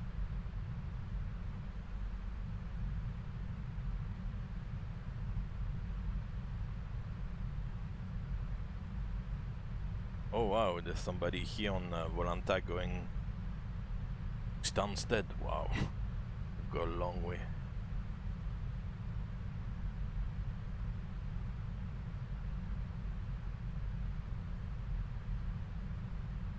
Coltrane, yeah, still the same flight, yeah. The flight is about 2.5 hours long, so this is only 1 hour and 22 minutes airborne. So yeah, we still have about another hour and a bit to go, yeah. Hey, Fly Sim Race, thank you very much. We'll see you soon. Yeah, it might be a little bit late for you. Have a good night. Sleep tight. See you soon. Thank you very much for popping in.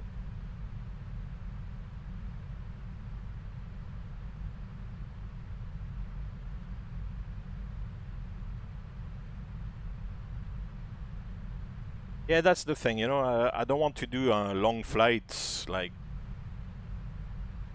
very long flights. I mean, because this is an aircraft where you could fly for 16, 17 hours. So obviously I don't want to come on here and do a 17-hour flight. But at the same time, I find if you do 1 hour flight, sometimes then people say like, oh, are you going to do another flight? And very often I only do one flight when I come on, so 1 hour is maybe a little bit short. 17 hours is maybe a little bit long, so yeah, try to find a bit of a compromise. 2.5 hours is maybe starting to be on the longer side for this, but yeah, it's just about there.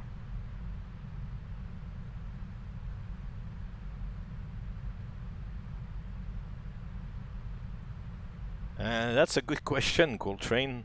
What do you do during a long flight? You just sit?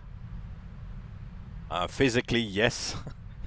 Yeah, you just sit, but no, there's a little bit more involved than just sitting. You know, you've got to fly the aircraft, although the autopilot flies the aircraft, but you need to make sure that you know, the autopilot does what it's supposed to be doing, and yeah, you need to monitor, you know, the progress of the flight. One of the guys will, you know, speak on do the radios, and yeah, make sure that everything is going according to plans. It's not just a matter of sitting, you know, and twirling your thumbs. You need to swap with another pilot after some hours, right? Can I find out? Normally that's how long? There is a WFCA with a nice seat and bed in the overhead. Yeah, that's correct. Normally, and I think it's pretty much like industry-wide, it's not specific to a company or another. Normally, there will be extra pilots after, let's say, 7 or 8 hour flight, maybe 8 hour flight, so all the way to maybe 8 hours, like 2 pilots is enough. And then after that, if the flight is longer, then there'll be an extra 1 or 2 pilots. And let's say if there's 3 pilots, then you'll split the cruise time in 3. So if the flight is 9 hours, or if you have, let's say, like, yeah, if the flight is 9 hours, then usually we count 1 hour less in the cruise. So then the 8 hours remaining will be divided by 3. So then you'll rotate. Obviously, you always have 2 guys at the controls and 1 guy resting, and then you kind of rotate. So you'll split the 8 hours in 3. So you get 2.5 hours or something like that of rest.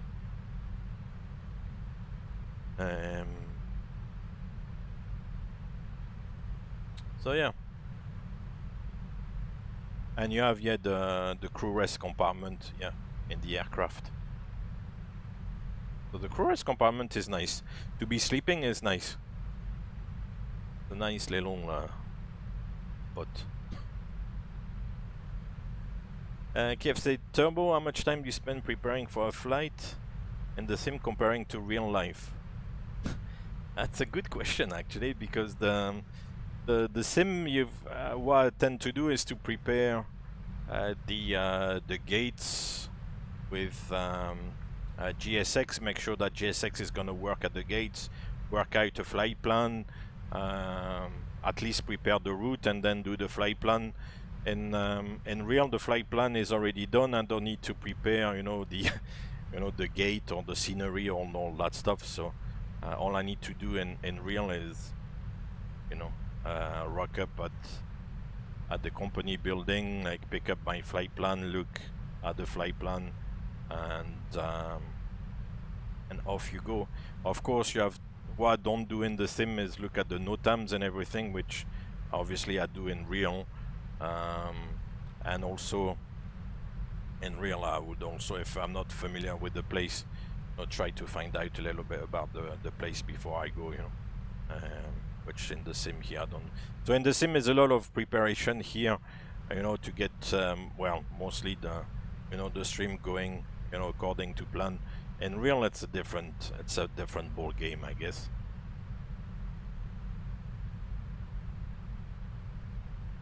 What you have to realize as well, actually, in real, is that you don't have that much time, because by the time you rock up at the airport, then go to the aircraft, get the aircraft set up, and then go, it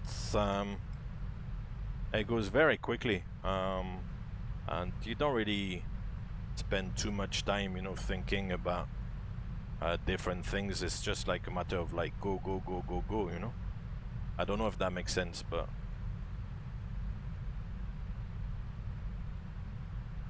they kind of, I think, rely on the fact that you're a professional, so that you have to do things quickly and use your experience and stuff to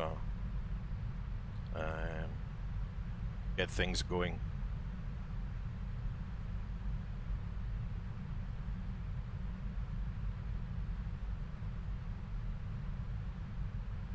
And then, I mean, for example, then that's not so much the case for me now, but you have like airlines where, for example, they'll do a turnaround in 25 minutes, half an hour. We are talking about the blue company. We are, you've got the orange company and a lot of other companies like that who do like turnarounds in 25, 30 minutes. So during that time, you don't have like time to prepare too much. It's just like a matter of setting the aircraft and off you go again. So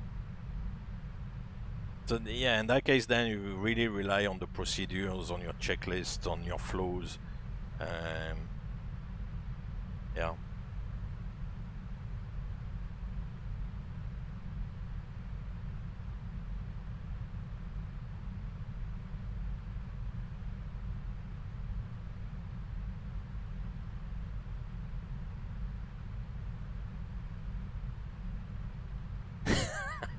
Yeah, no, I see what you mean, the 50 pages of the OFP in sim brief, yeah. It's interesting until you get to the NOTAMs. Yeah, no, the NOTAMs, we don't read everything. Very often the NOTAMs are like laid out in different categories, so you would really look at the NOTAMs, you know, at your departure airport, at your arrival airport, maybe at the alternates, and that's pretty much it. En route, you'll just like skip through, you know, some of the NOTAMs. Who cares if the Alpha Bravo Charlie VOR and you know, and the Paris FIR is not working, or if there's a danger area active and I don't know, in the southwest of Spain up to 5,000 feet.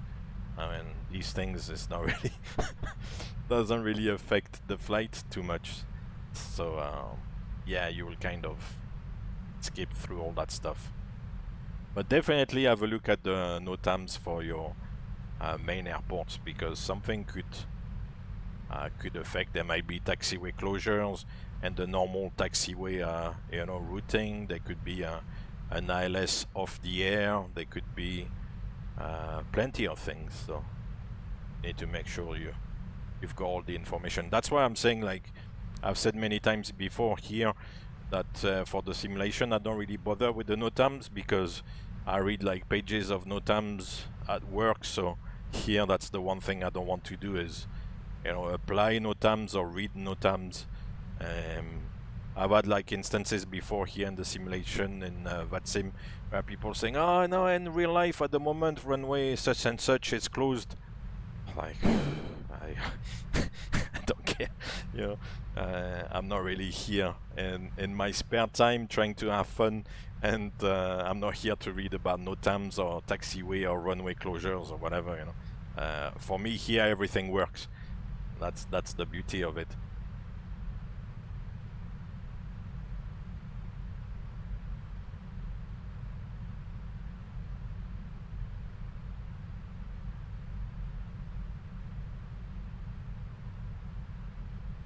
KFC Turbo,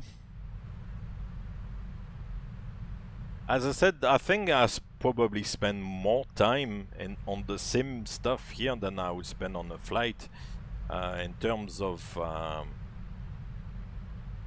yeah, in terms of preparation, because and I try not to spend too much time here, but sometimes I get a little bit caught up. But as I explained before, like the preparation, for example, of the scenery, the gates with GSX, make sure the pushback works and everything. If there's maybe a little adjustment to be made to the scenery, that takes a lot of time, because sometimes you have to restart the simulator, or you've got to create the folders in the sim, you know. It kind of takes time. So it's not so much that, you know, I prepare a flight looking at the procedures or looking at the NOTAMs or something like that. It's just like more like a setup for the simulation, more than really studying for the flight itself. Whereas obviously when I go flying, I don't need to think about, like, you know, if the gate is gonna work, if I'm gonna get like a correct pushback or not. These things are all assumed that it's gonna be working okay. So what I will do, as I said, if I'm not familiar with the place, then I would look maybe, for example, at Fly Radar 24, see if there was any holding the last few days, what sort of track, you know, the aircraft got on the arrival, if it's like left downwind, the right downwind, you see what I mean, and read, you know, the company documentation about the airport, see if there's any particularities. Or so it's different, but probably more, as I said, in the sim, because it takes more time. I can read quickly, and in half an hour I can kind of self-brief on a new destination, for example, or on a place I've not been to recently. But in the sim, sometimes it takes me longer to set up everything for a flight like today, you know.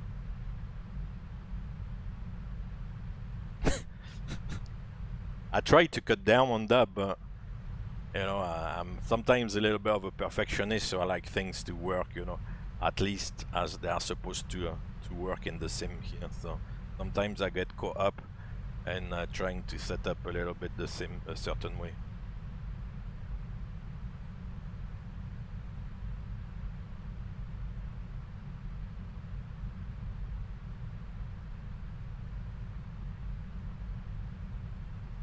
Yeah, it's true, Sliman. It is interesting, and there's a lot to learn, discover. But yeah, that's what makes it interesting, is that it's not just in the context of flight simulation. It's not just about, like, you know, playing a game.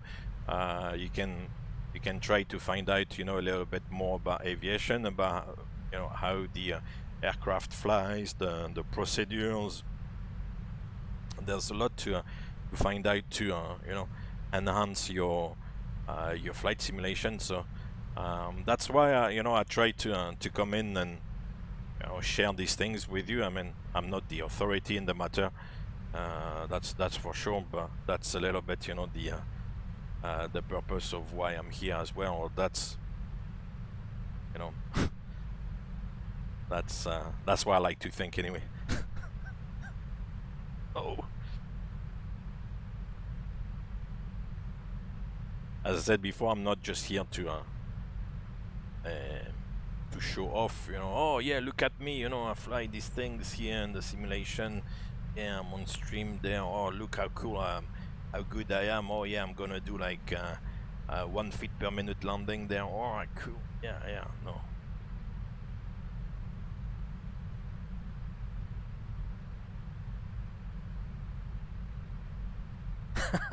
Yeah, of course, on VATSIM, sometimes they'll try to simplify things. And in real, actually, also, a lot of the time, things are simplified as well. So you're talking about, like, stars or SID, and yeah, there will be a lot of constraints, you know, speed, altitude constraints, and then in real also you will get direct. So VATSIM, I think, tried to emulate a little bit what's happening in real. And certainly in real also, like, the some of the procedures will be simplified. So that's realistic enough, I guess. But the procedures are there, you know, if for example the traffic situation is busy, if there's a if also maybe if there's no radar, if the radar is broken, then you have to follow the procedures exactly as they are laid out. But once, you know, there's little traffic, if there's like radar and everything, then they can simplify the arrivals, for example, give you direct. The other day, I mean, there was a question mark, not in my mind, but for the colleague there was a question mark about like a restriction on an arrival. So you know, I had a discussion, oh, there's a restriction here, we need to set in the FMC. I said, yeah, okay, I agree, because it's on the chart.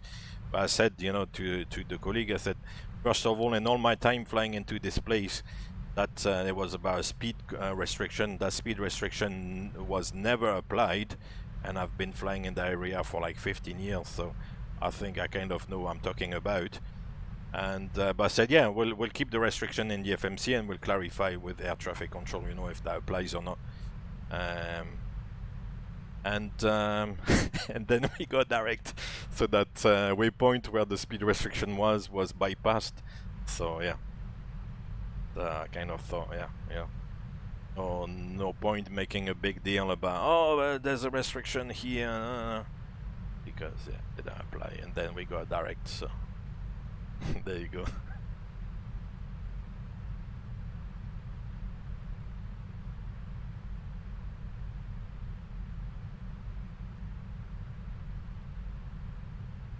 Yeah, KFC, well, I appreciate, you know, that you notice, because it's true, it does take a little bit of time to try to make it work as best as, you know, it's supposed to.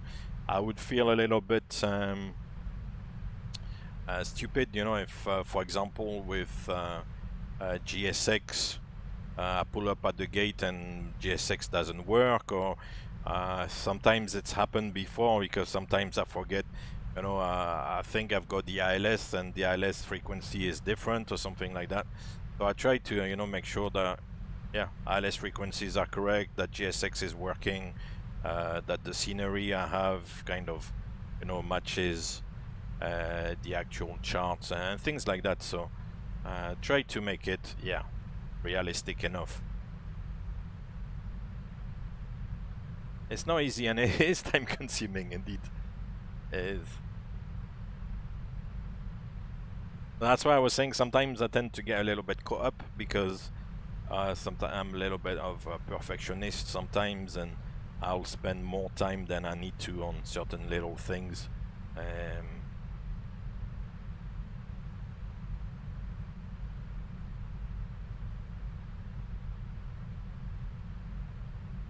Even like, for example, with GSX, try to make, you know, the gate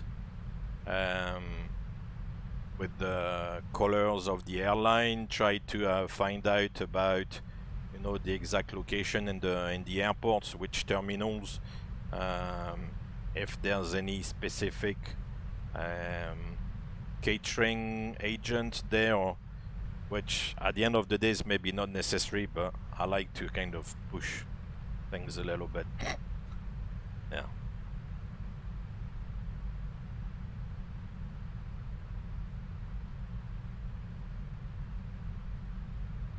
Even in the flight plans, actually, also, because it doesn't matter so much, for example, for the US or and other parts of the world, the flight planning is relatively straightforward.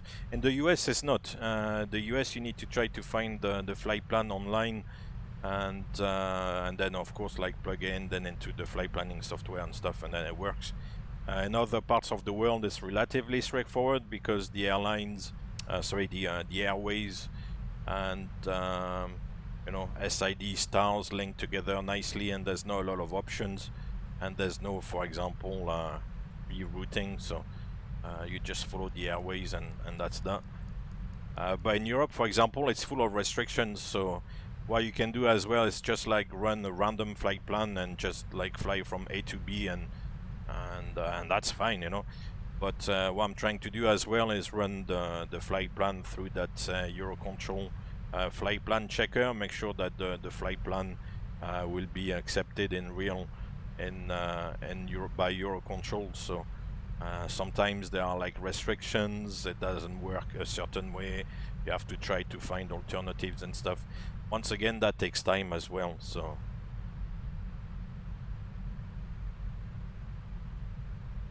in the grand scheme of things, of course, to come here and run a Eurocontrol checked flight plan, yeah, maybe it doesn't matter maybe so much, but I like to do it.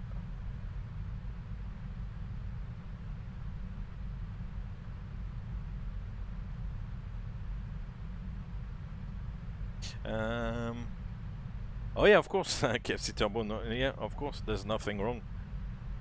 Slimman, you're saying I also learned recently the application of constraint differs from area to area, even in VATSIM. When I depart from Singapore and when they clear me by level 130, it's still expected to fly the SID constraint, altitude and speed, unless ATC clears unrestricted. Yeah, that's correct. And the unrestricted term is the one to use to get rid of all the constraints. So they will say climb flight level 130 unrestricted. So if they say unrestricted, then that clears all the constraints. If they don't say anything, then it's a little bit of a gray area, because in some places they will assume that yeah, you have to get rid of all the constraints, but in other places it's not always clear. So very often, if there is a doubt, what I personally do is confirm unrestricted climb, and then they will say yes or no.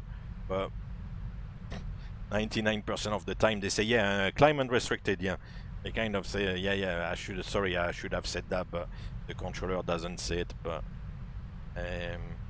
theoretically you have to confirm indeed. Hey, Jan42, greetings. How are you doing? Happy New Year. Bravo, Captain. Huh? Rainer Lover, Fly thank too you very much far for the there follow. with a little detour to Kutschwak. Shut your face, Henri. Smooth, Captain. Very smooth.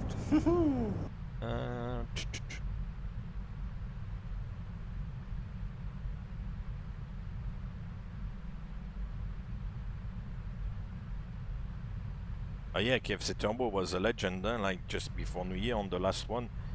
Going to, where did we go? Doesn't matter anyway. Where we, was it, what was the last stream too? I forgot. Was it Kansas City? No.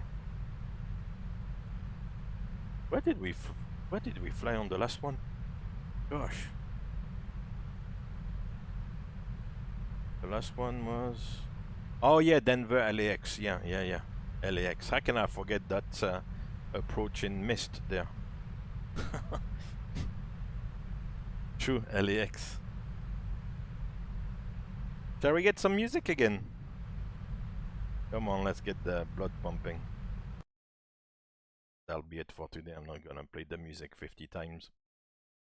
12 times is nice.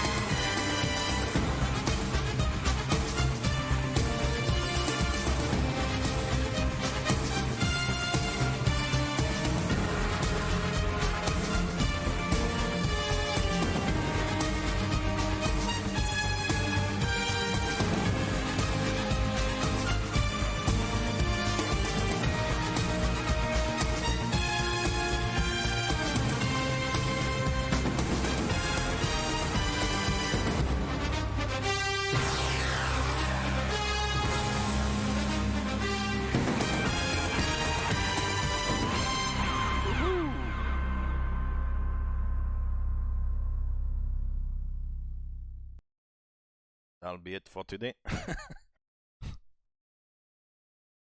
Now that kind of shows you as well that if you're like a rock and roll star, or well, not and so much in that case, but if you're like you know, playing like professional sports like this very often, then you know these guys will have to travel quite far distances actually, pretty much every week or every 2 weeks.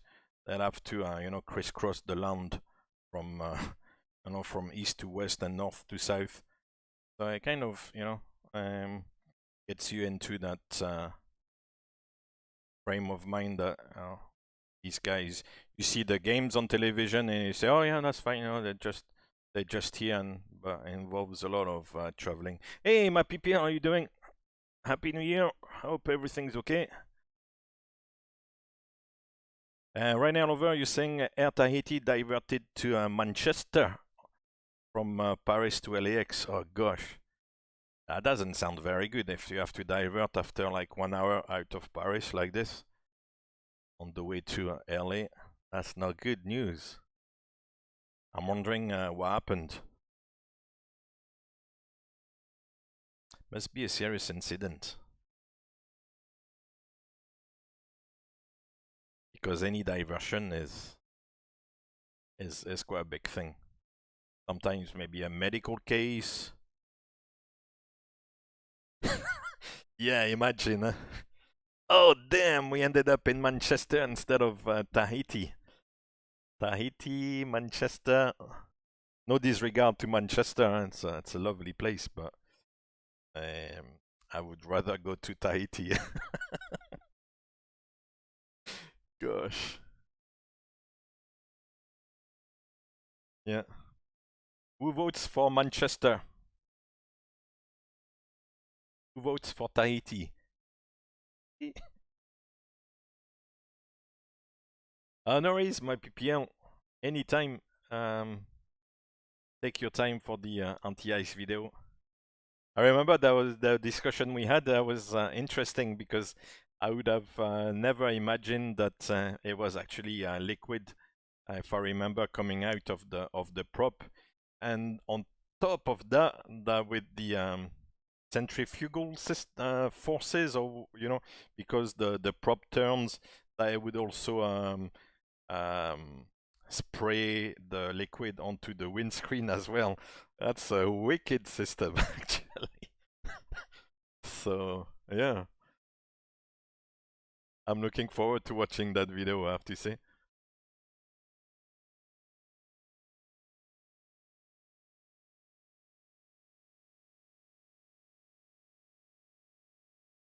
Yeah, imagine end up in Manchester. And that's the thing, like, if it's a technical problem, they had and diverted it to Manchester. Air Tahiti doesn't have a lot of aircraft in this area of the world.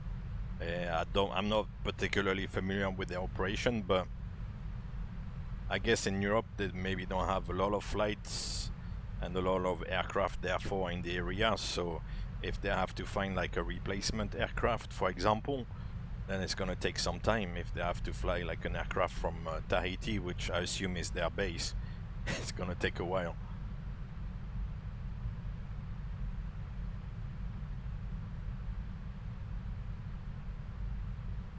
Oh, cool. No worries, my PPL. Yeah, if you want to put the full video as well, no worries. Right, 1742, 1712. Oh, so we're getting there. Oh, I'm gonna have to look at the arrival there. Okay, cool. So, we'll check the recall, check the notes in the descent checklist. There are no notes. We'll bring the charts.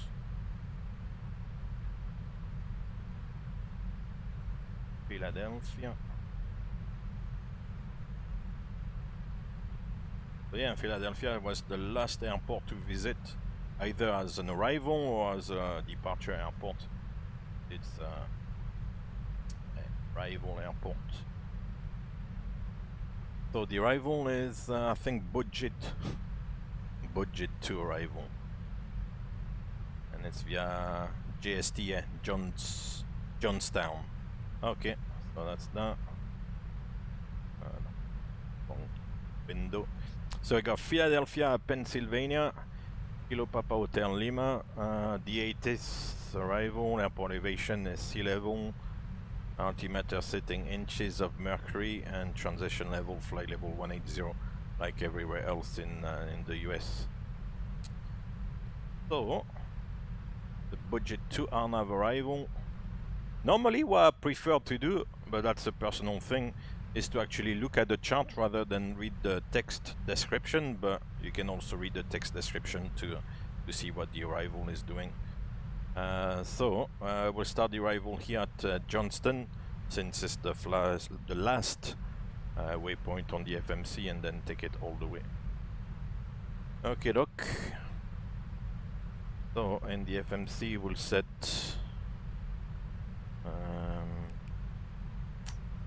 let's 27 right. I'll just confirm the weather, but I think it was earlier on still showing favorable. The city of brotherly love, 3103, -4. Chili on the willy. Right, so budget, JST transition. There, a transition on the ILS.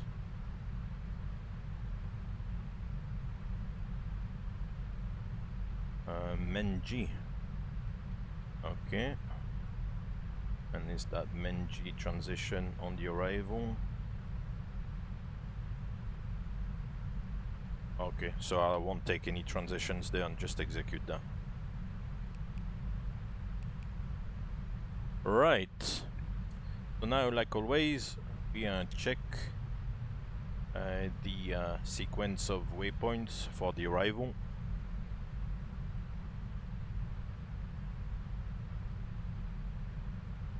We are going on 27 right.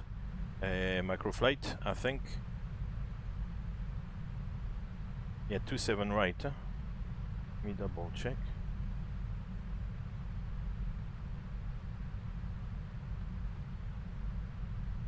Okay.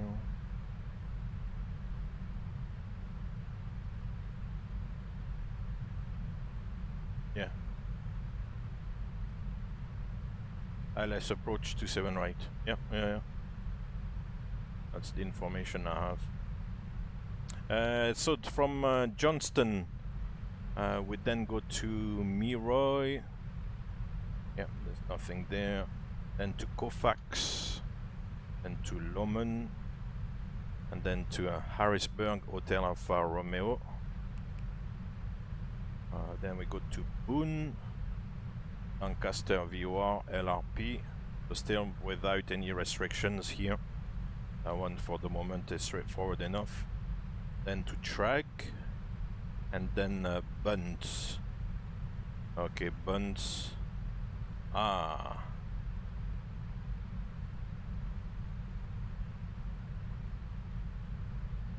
Okay. So at Bunts here, you can see in blue, you've got a restriction with the line above and below. So that means that you need to be at Bunts exactly at 8,000 feet. But it's not in the FMC database, so I'm gonna have to insert it myself. So we'll set 8,000 here at Bunts, like so. Then we go to school, but the restriction here is runway 9 left and right at 220, expect 6,000. And you for Bunts is also an expect. Very often actually those expectations are actually what ATC clears you for, but this is really for decent planning, but 99% of the time that's why it's actually applied by ATC. So school, actually I'll leave it as is, because I think the restriction is for landing on 9 left, kind of brings you down a little bit earlier. And after school then we go to Bojid, which does give the name to the arrival. So this one will set 6,000 as a hard altitude, like so.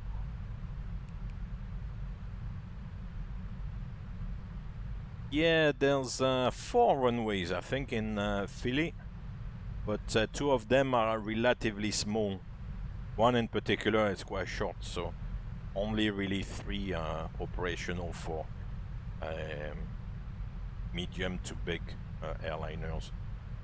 After Budget we go to iPhone, then to Erie at 190 knots. So once again the database is a little bit missing some information here. So Erie 190 knots we'll have to set in the FMC. However, as you know, with the 777 you cannot set a speed restriction on its own. You have to set also like an altitude. So the next altitude is at Ferris 4,000 feet. So at Erie we can set 190 and slash 4,000 feet or above, like so. Oh. 190 slash 4,000 above. That's it. And then Ferris, and then I'll do self vectors, so that's good. Top of descent is coming, have to hurry up. And then for the approach, 7 right.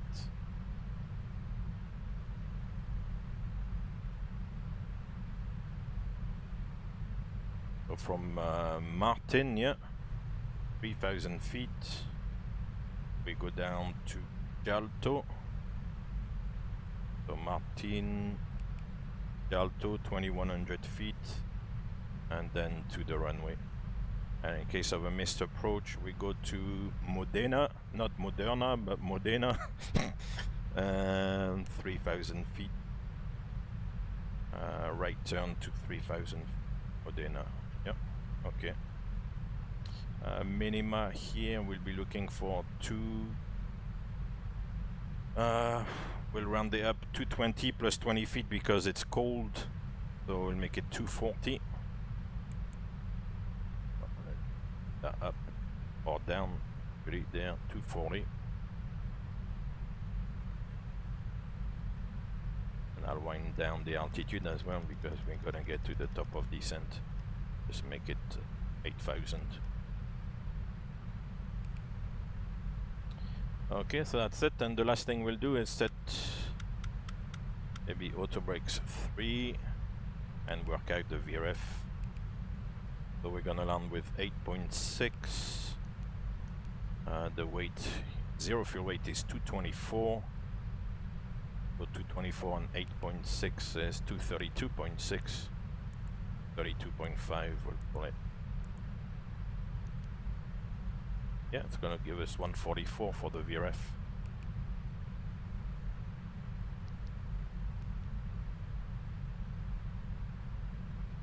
And the QNH is 3046, which we can already preset.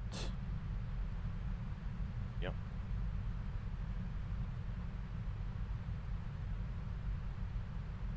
It's gonna start the descent now. Happy days. So we've got VRF set, we've got the minimums 240. So the minimums on the chart was 211. Normally we don't really use those 1 feet, or the numbers are rounded up. So rounded up to 220 feet, and then to 220 feet added up 20 feet of cold weather correction because the temperature is less than 0. In the sim it doesn't maybe matter so much, but in real you kind of add up a little correction to the minima if the weather is cold. So that's what I'm doing for, I think, or maybe all the way to -20 you add 20 feet of correction. So hey Lewis, good afternoon, best wishes for the new year and many fun and safe flights indeed. Thank you, thank you. I hope you're doing well. So that's that. What else can we do? Yeah, no, don't set. And the VNAV descent page, everything is here. Oh, all good. Ah, no worries, KFC Tombo. The runways, we've got the airport chart here. So that's the airport layout. So 27 right, we're gonna be landing on about 2,900 meters, 9,500 feet. 27 left is a little bit longer, but there's actually a displaced threshold. So this one seems to be used for departures because it's longer, and obviously the displaced threshold doesn't affect departures because you can use the displaced threshold there to start the takeoff roll. Then we've got runway 35, which is just under 2,000 meters long, so for 320 or 737 is no bother. Runway 26 here, 1,500 meters. It's a little bit tight, maybe for turboprops and stuff like that. That's not a problem, but for even for 737, 1,500 meters is a little bit tight.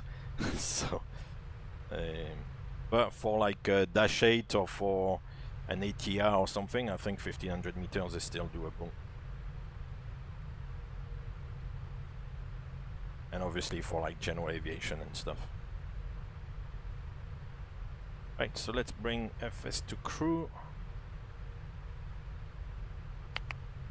Do that vectors, ILS-CAT 1 to 240 feet.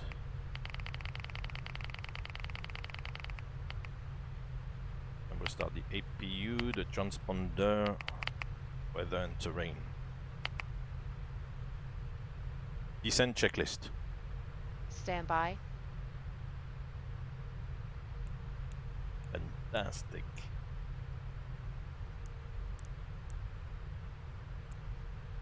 Descent checklist.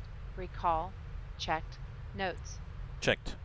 Auto brake level 3. Landing data. Set and checked. VREF 145. 4, minimums 230 feet. Approach briefing. Completed. Descent checklist complete.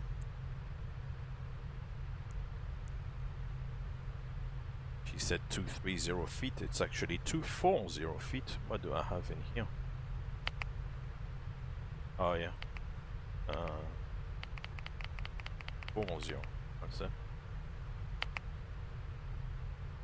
Cool. Seatbelt sign on.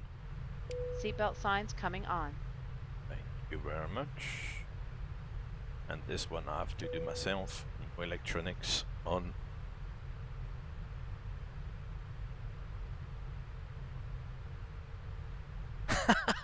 Oh wow, are you gonna go for runway 26 then? For very light 200, runway 26, max auto brake, dry, landing distance required 4182 feet. Gosh. Yeah. You'll stop between Alpha 2 and Alpha 3. Good.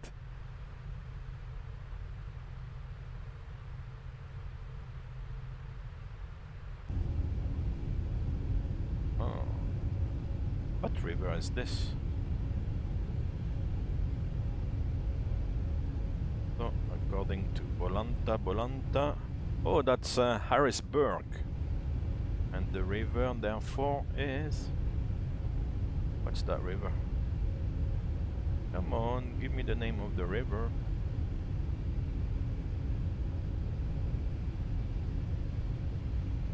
Harrisburg. That the Delaware River we were talking about earlier on?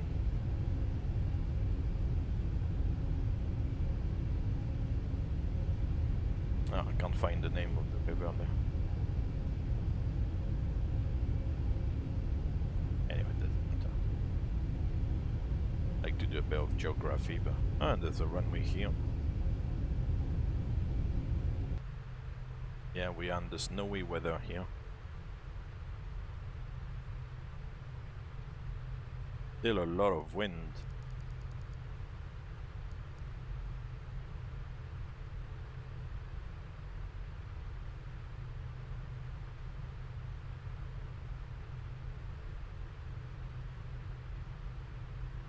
Yeah, that's the beauty here as well, is that you don't necessarily need to, you know, load the aircraft to the max. If you want to fly with an empty aircraft, then you can do it.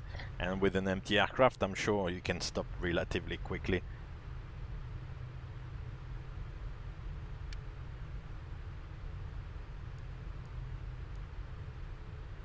And really, because the flights are supposed to be profitable and therefore are quite busy, and the aircraft is heavy, you will never you know, land on such a short runway in the simulator here, because you can reduce the weight of the aircraft and then, you know, do whatever you want to do.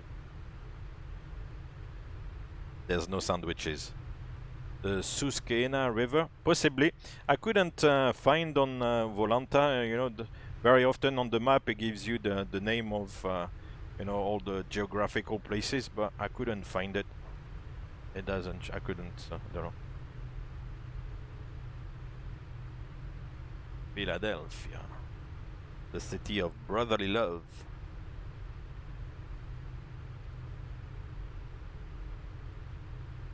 Four passengers in the galley filled with champagne and caviar. Oh, I forgot about the caviar today. Didn't order lunch. The Vinav has given up. Here it is again. Right, we passed the transition. We'll set the altimeter 3046.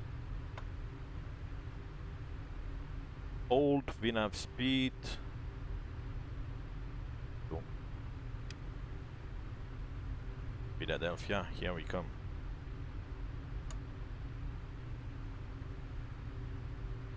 The Vinav is a little bit struggling there. It's a little bit all over the place. Now it's gone down too far, so it's gonna have to go back up.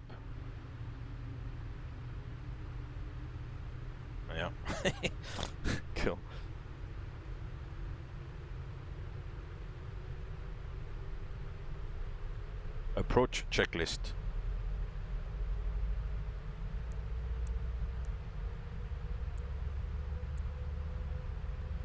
Approach checklist. Altimeters. 3046 set. 3046. Approach checklist complete. Thank you, thank you.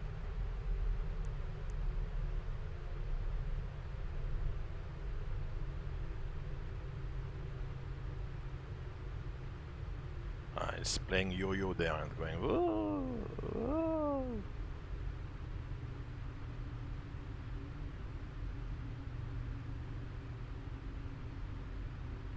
Oh, that's a cool one you have, Comlux.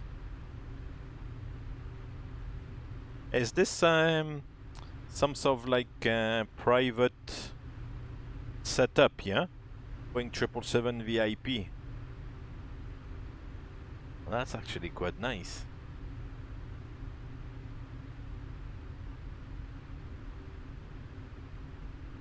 Yeah, you'll be traveling in style, huh? Oh. VIP charter, cool.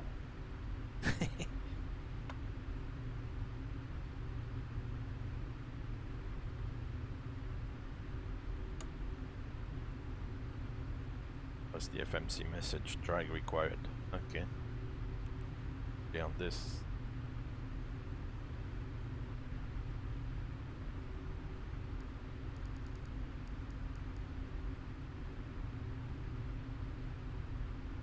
Yeah, and the rich are traveling and the poor are staying at home.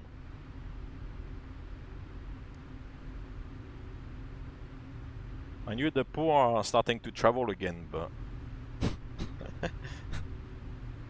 but the rich are definitely traveling.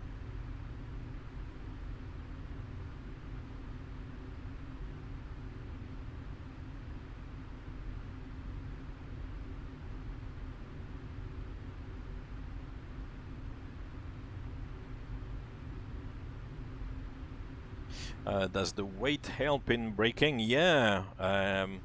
The heavier you'll be, and the longer you'll need to stop on the landing. So weight is definitely I guess the main factor.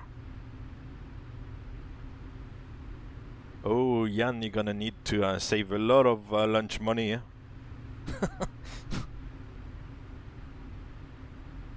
A microflight will give you a discount on his flight.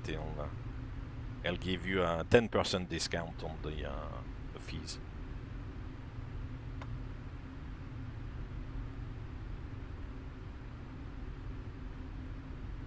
I don't want to preempt your generosity, microflight. If you don't want to give him a discount on your flight, then don't feel you have to. Oh la la la la la la. KFC Turbo gifting 10 tier 1 subs. Oh wow, thank you very much. Thank you for these amazing gifts. To a happy 2022 indeed. Fingers crossed. Healthy, happy 2022 to Sven, Simfan, the Chief, Blair, the Professor, Captain Bombolo, Gil Pilote. Ça va, Gil Pilote? Chian, who gifted also to Fish Pants, Microflight, Posture. And I'm not paying attention to what the aircraft is doing. Which, you know, as we were saying earlier, oh no, but what if, you know, the company checks, you know, how you fly the sim here? Yeah, it's a different, you know, different environment. Here, I can be distracted, you know, funny about, enjoy a little bit of the carry-on, which obviously I wouldn't do on an aircraft. So, yeah, different environment. Thank you so much, guys, for all those amazing gifts and the bits as well. Grand Wazoo, thank you, appreciate it. 1,000 Thanks feet for to the level support. off. Right, now we'll go to 6,000. Let the VNAV do its job. And actually, this is when maybe we'll kind of get rid at some point. Maybe after budget, I'll get rid of the arrival and just do some self radar vectors. Budget was the one at 6,000, wasn't it? Cabin is ready. Yeah, budget. Okay, so we'll make budget at 6,000 and then do radar vectors. Which is probably what would happen. Coming into Philly. Ladies and gentlemen, we'll be arriving at our destination shortly. Yeah, we'll be arriving shortly. To another flight, please see the customer service agent meeting this flight or video monitors inside the terminal for connecting gate information. For connecting gate information. I like the way she says that. We'll be collecting all for gate information. And any other items you wish to discard or may not be taking Congratulations for all the nation. Also in preparation for landing, please turn off all electronic devices. Yeah. These devices Get off your phone. Carry-on items. Please use caution when opening overhead bins as items may have shifted during our flight. Please stow your tray tables and return your seats to their upright position. Sign of the times, eh? Security of your seatbelts. We will be landing shortly. Thank you.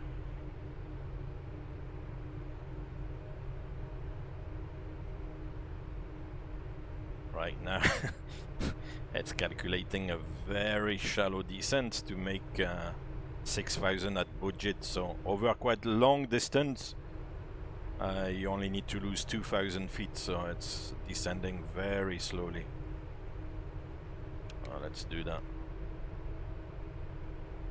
Vertical speed, and put the green banana. The green banana kind of moves a little bit, but position it before budget, so that means that when you reach where the green banana is, you should be at 6,000 feet, which is the set altitude here. So we'll reach 6,000 before budget.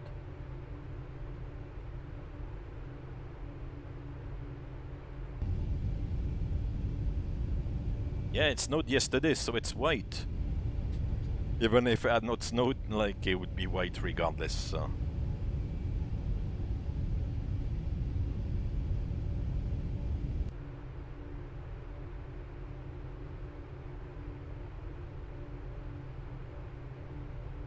Cool. Big heading now.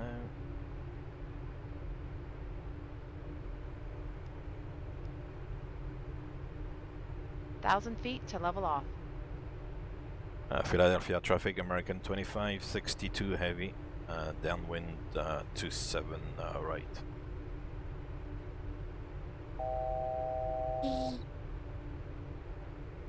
One to go.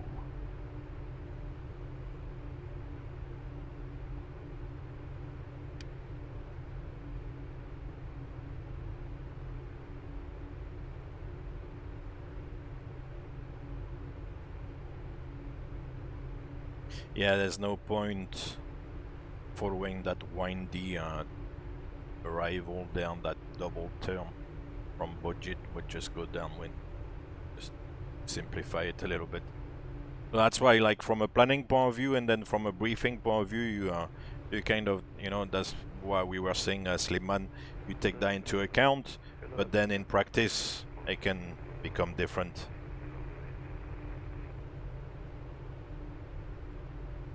Thank you very much for the bits. Thank you, thank you.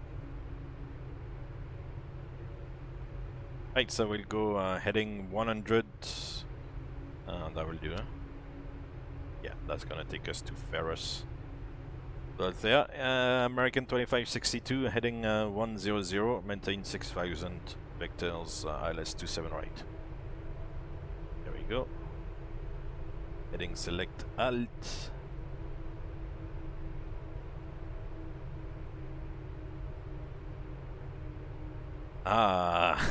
Thank you. I appreciate it. You're very kind. Thank you. Very kind, guys. Very, very kind.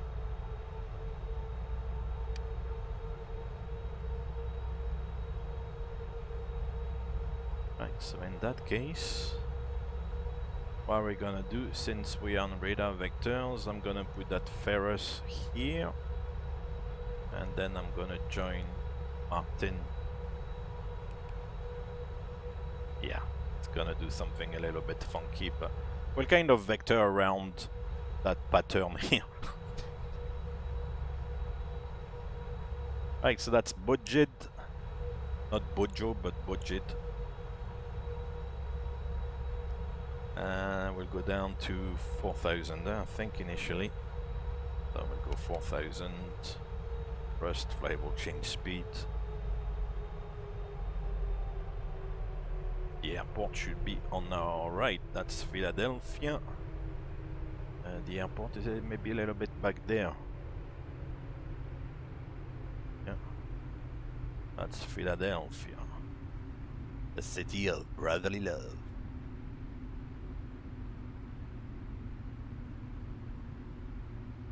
And now we'll reduce.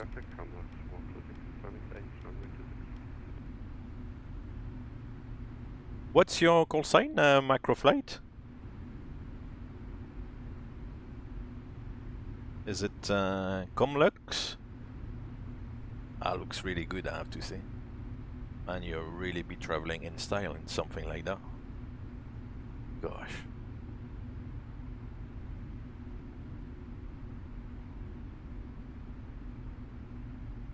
Oh, Starlux.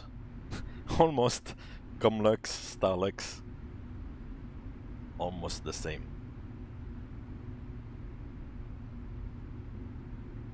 Flaps 1. Speed check, flaps 1.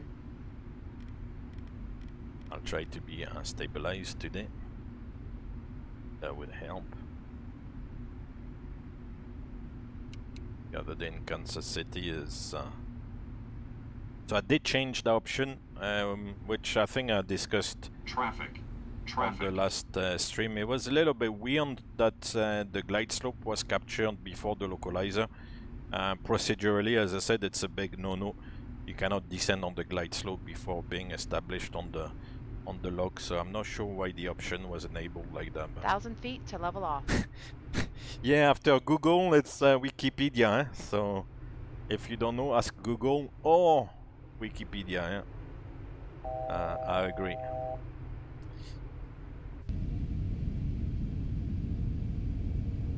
Oh, here you are. Fantastic.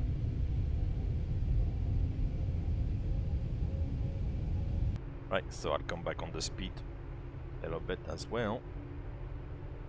Flaps 5. Speed check, flaps 5.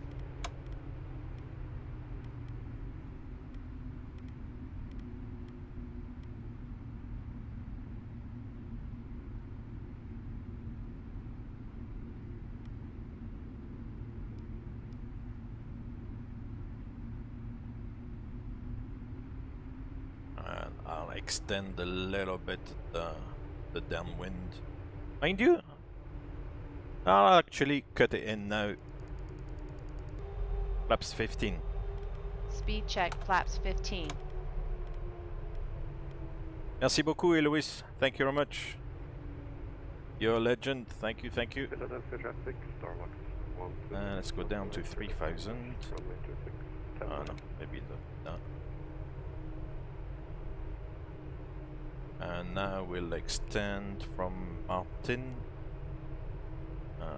Kaboom.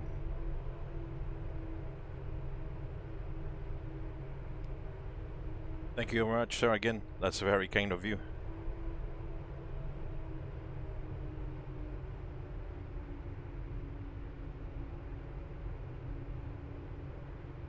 And now we see how I can do the turn.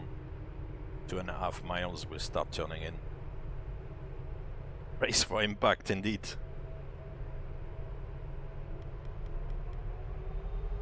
Speed up a little bit. Right. No, not that direction. This direction. To 225. That will do. Even 230. Arm the approach. It's India Papa Delta Papa. Is that correct?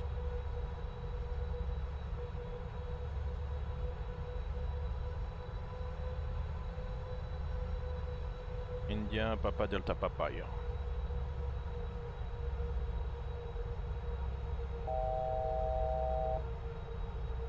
Oh, interesting. It's already picked up the localizer. I might be doing something funny there. I have to keep an eye on it.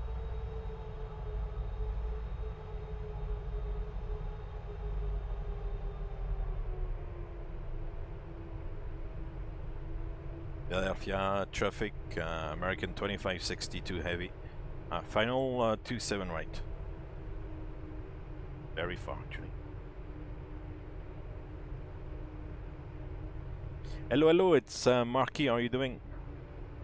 Welcome to the arrival of American 2562 into Philadelphia.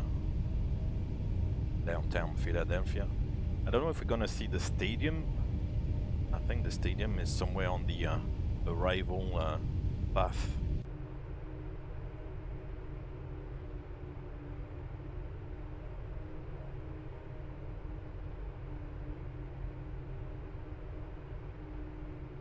Fantastic, we got to love that. I've never flown to Philadelphia in real, so that's another excuse for me to fly here, is to, you know, fly into new places, because Philadelphia is a place I've never been to. It's a potential diversion airport, but not a destination in itself, so it's good to see, you know, different airports as well. That's the magic of the simulation. Philadelphia traffic,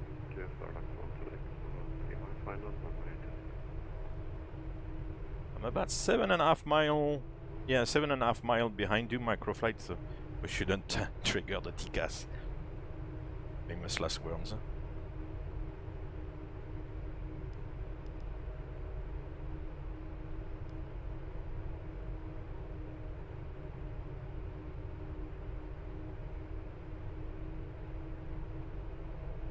Right, so, oh, altitude. Gear down. Flaps 20. Speed check, flaps 20.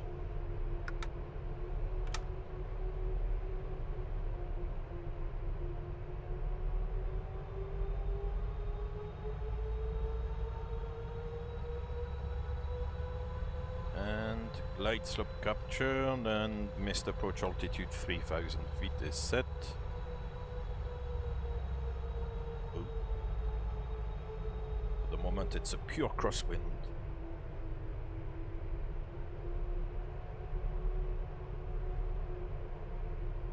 Yeah, and that's downtown Philadelphia. Very nice. I don't see a stadium there. I think the stadium is somewhere around here, but I don't see anything that looks like a stadium in the scenery. Anyway, let's concentrate on the flying.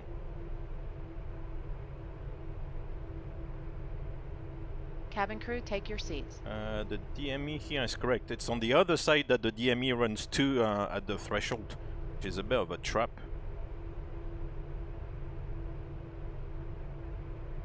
Flaps 30.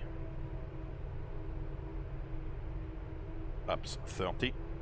Speed check, flaps 30.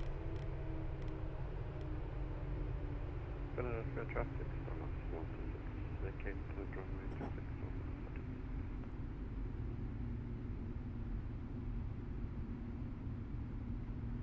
Landing checklist.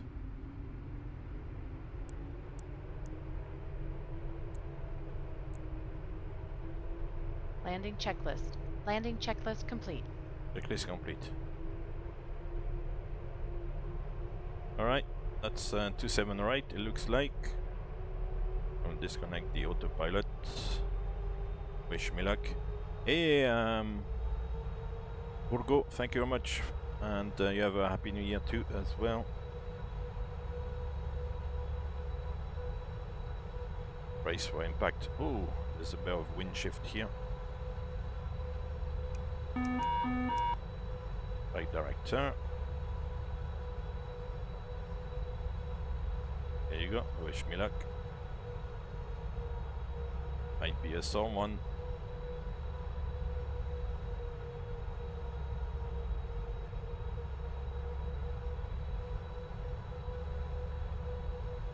It's beginning to look like 1,000 feet. Christmas. Approach Oh, no, stable. wrong time of the year. Damn.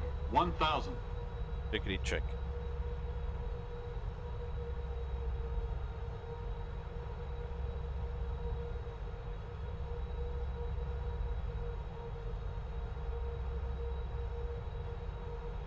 Yeah, the runway 26 looks a little bit short.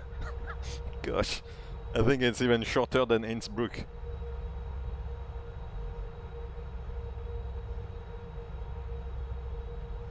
That taxiway is quite wide here. It looks like a runway almost. You have to be careful not to confuse the two.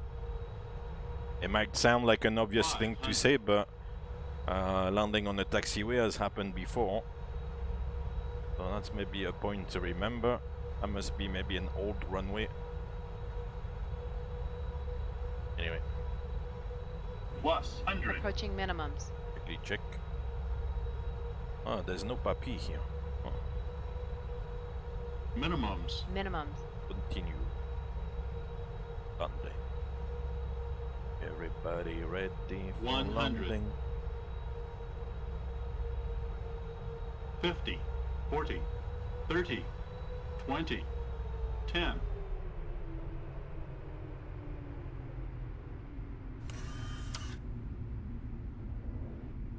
Idle reverse. Speed brakes up. Reversers normal. I'm not sure I like idle reverse. Oh yeah, it's slowing down. Mind you, it doesn't do too much for the braking. It's just to help with the brake temperatures. 60 knots. Cool. Manual braking. Happy days. KFC Turbo, hey! Got the landing rate, beautiful.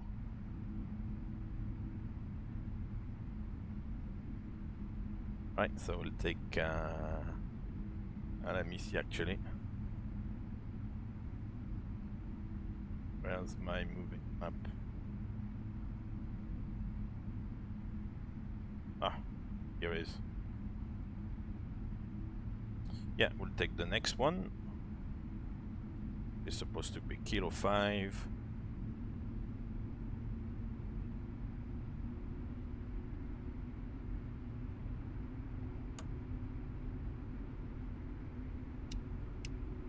Engine anti-ice coming on. Yeah, no need, it's dry. Ladies and gentlemen, this is the conclusion of our flight. Please This is the conclusion of the flight. until the captain has turned off the seatbelt sign Right, in the so we'll aircraft go compartment. here and then on to Vector and then Juliet. It is safe to move about the cabin, gather your belongings, and disembark. And then we'll We'd get like to thank you for flying with GSX us today. sorted We out. appreciate your business and hope to see you again on a future flight. We hope to see you again on a future flight. Thanks for flying with us. Enjoy the flight. I think I parked Alpha 23, something like that. Right, I'll slow down a little bit.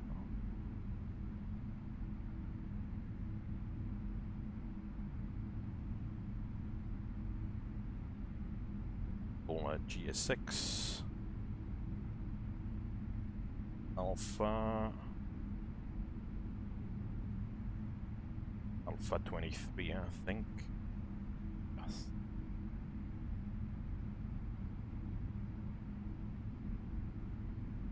Be the next left.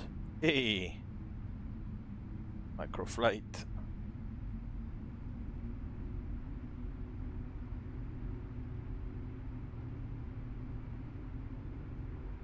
I will turn to the left here.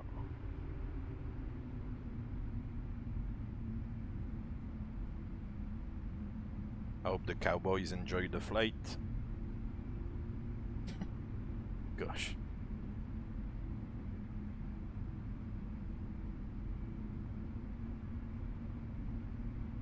And yeah, we've got the guidance system. Beautiful. Thank you very much, Brushroot. Thank you. Cabin crew Thank you, disarm thank you. doors and cross-check. That's the music of Baba Black Sheep, you know, that World War II squadron in the Pacific. That used to be a cool series, if you like a little bit of aviation and like military stuff. That was cool at the time. Thank you, Brushwood, again. I appreciate it. You're very kind. Thank you for the stop. Keep going, don't stop, don't stop. Oh, this is so sensitive. 40 feet to go, come on. Push, push, push. Let's start the APU, but the APU is already running. It's pushing in the background. 4 feet.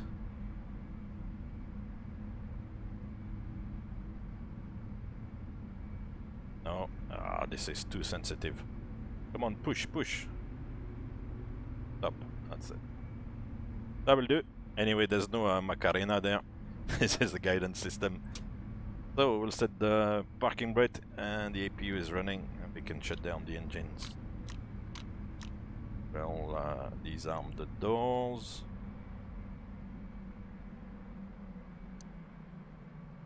Welcome to Philadelphia, the city of brotherly love. Ahead of schedule. If there's such a thing. Of the weather radar here.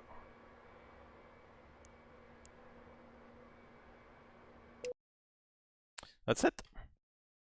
Ah well, that was a good flight, wasn't it? A little bit of Philadelphia. So that was actually, yeah, once again the last airport to visit. So we visited all the airports so far. That's a lot of airports, That's 31 or 32 airports, something like that. Cool. I will do the shutdown checklist.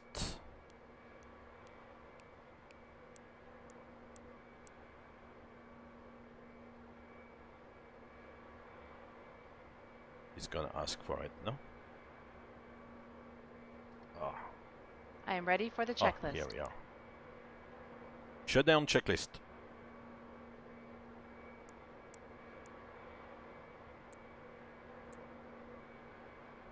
Shutdown checklist. Parking brake. Set. Shutdown checklist complete. Very good, very good. We'll disembark our passengers. L1.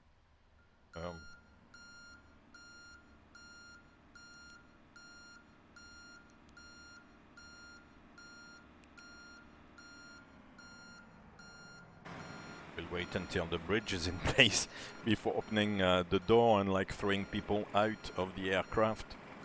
That's maybe a good idea.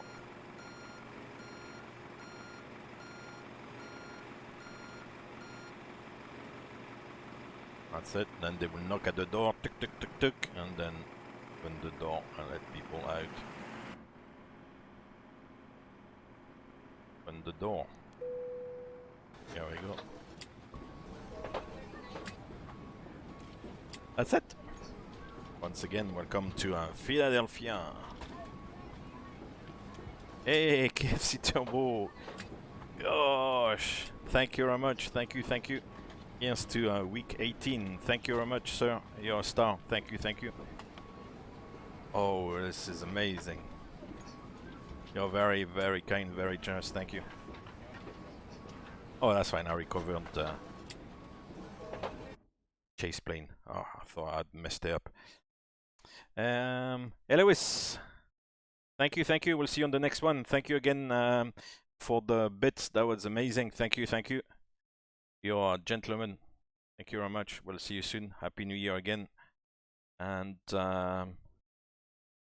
Gums05, 321 flight from Porto to Lisbon on X-Plane 11. Cool. Driver of the bus, thank you very much. We'll see you. Good night. Oh, you're too kind, KFC Turbo. I'm just here to have a little bit of fun. We'll see you later, Grand Wazoo. Thank you again. Thank you, thank you. Microflight, thank you for joining me on the flight today. I like your Comlux there aircraft, VIP 777. That looks very good.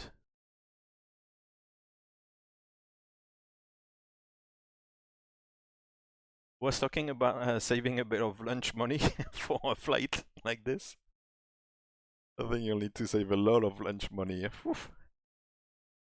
But that looks really good. Comlux Crystal Sky, Boeing 777, 200 LR. So you can go very far on that. Hey, Sliman, thank you very much again. Thank you. My PPL, thank you. We'll see you next time. Have a good one. Looking forward to the video with the anti-ice system.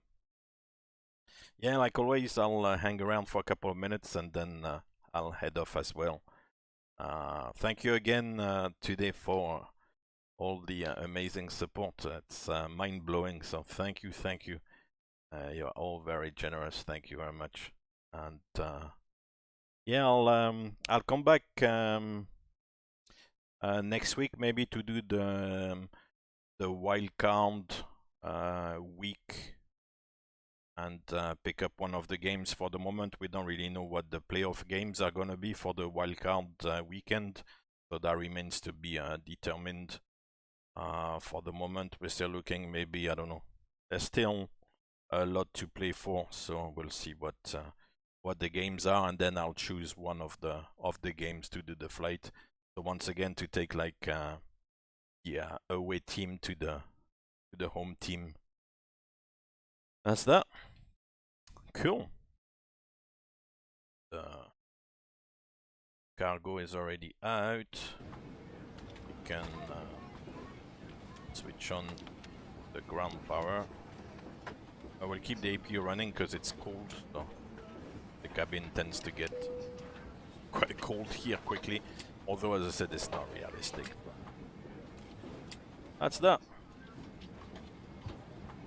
Cool, guys. On these amazing support today, I'll head off. So thank you again. It was very, very kind of you. I'm always, like, you know, blown away. So à plus, TB. Merci. And yeah, thank you once again. I hope you enjoyed the flight. I'll see you next week. Or yeah, next week, because I'm gonna be away in the next couple of days, and then it's the weekend. And so yeah, I'll probably see you at some point next week for the wildcard playoff game that I will pick up. But in the meantime, thank you, and we'll see you next time. Take care. Thanks.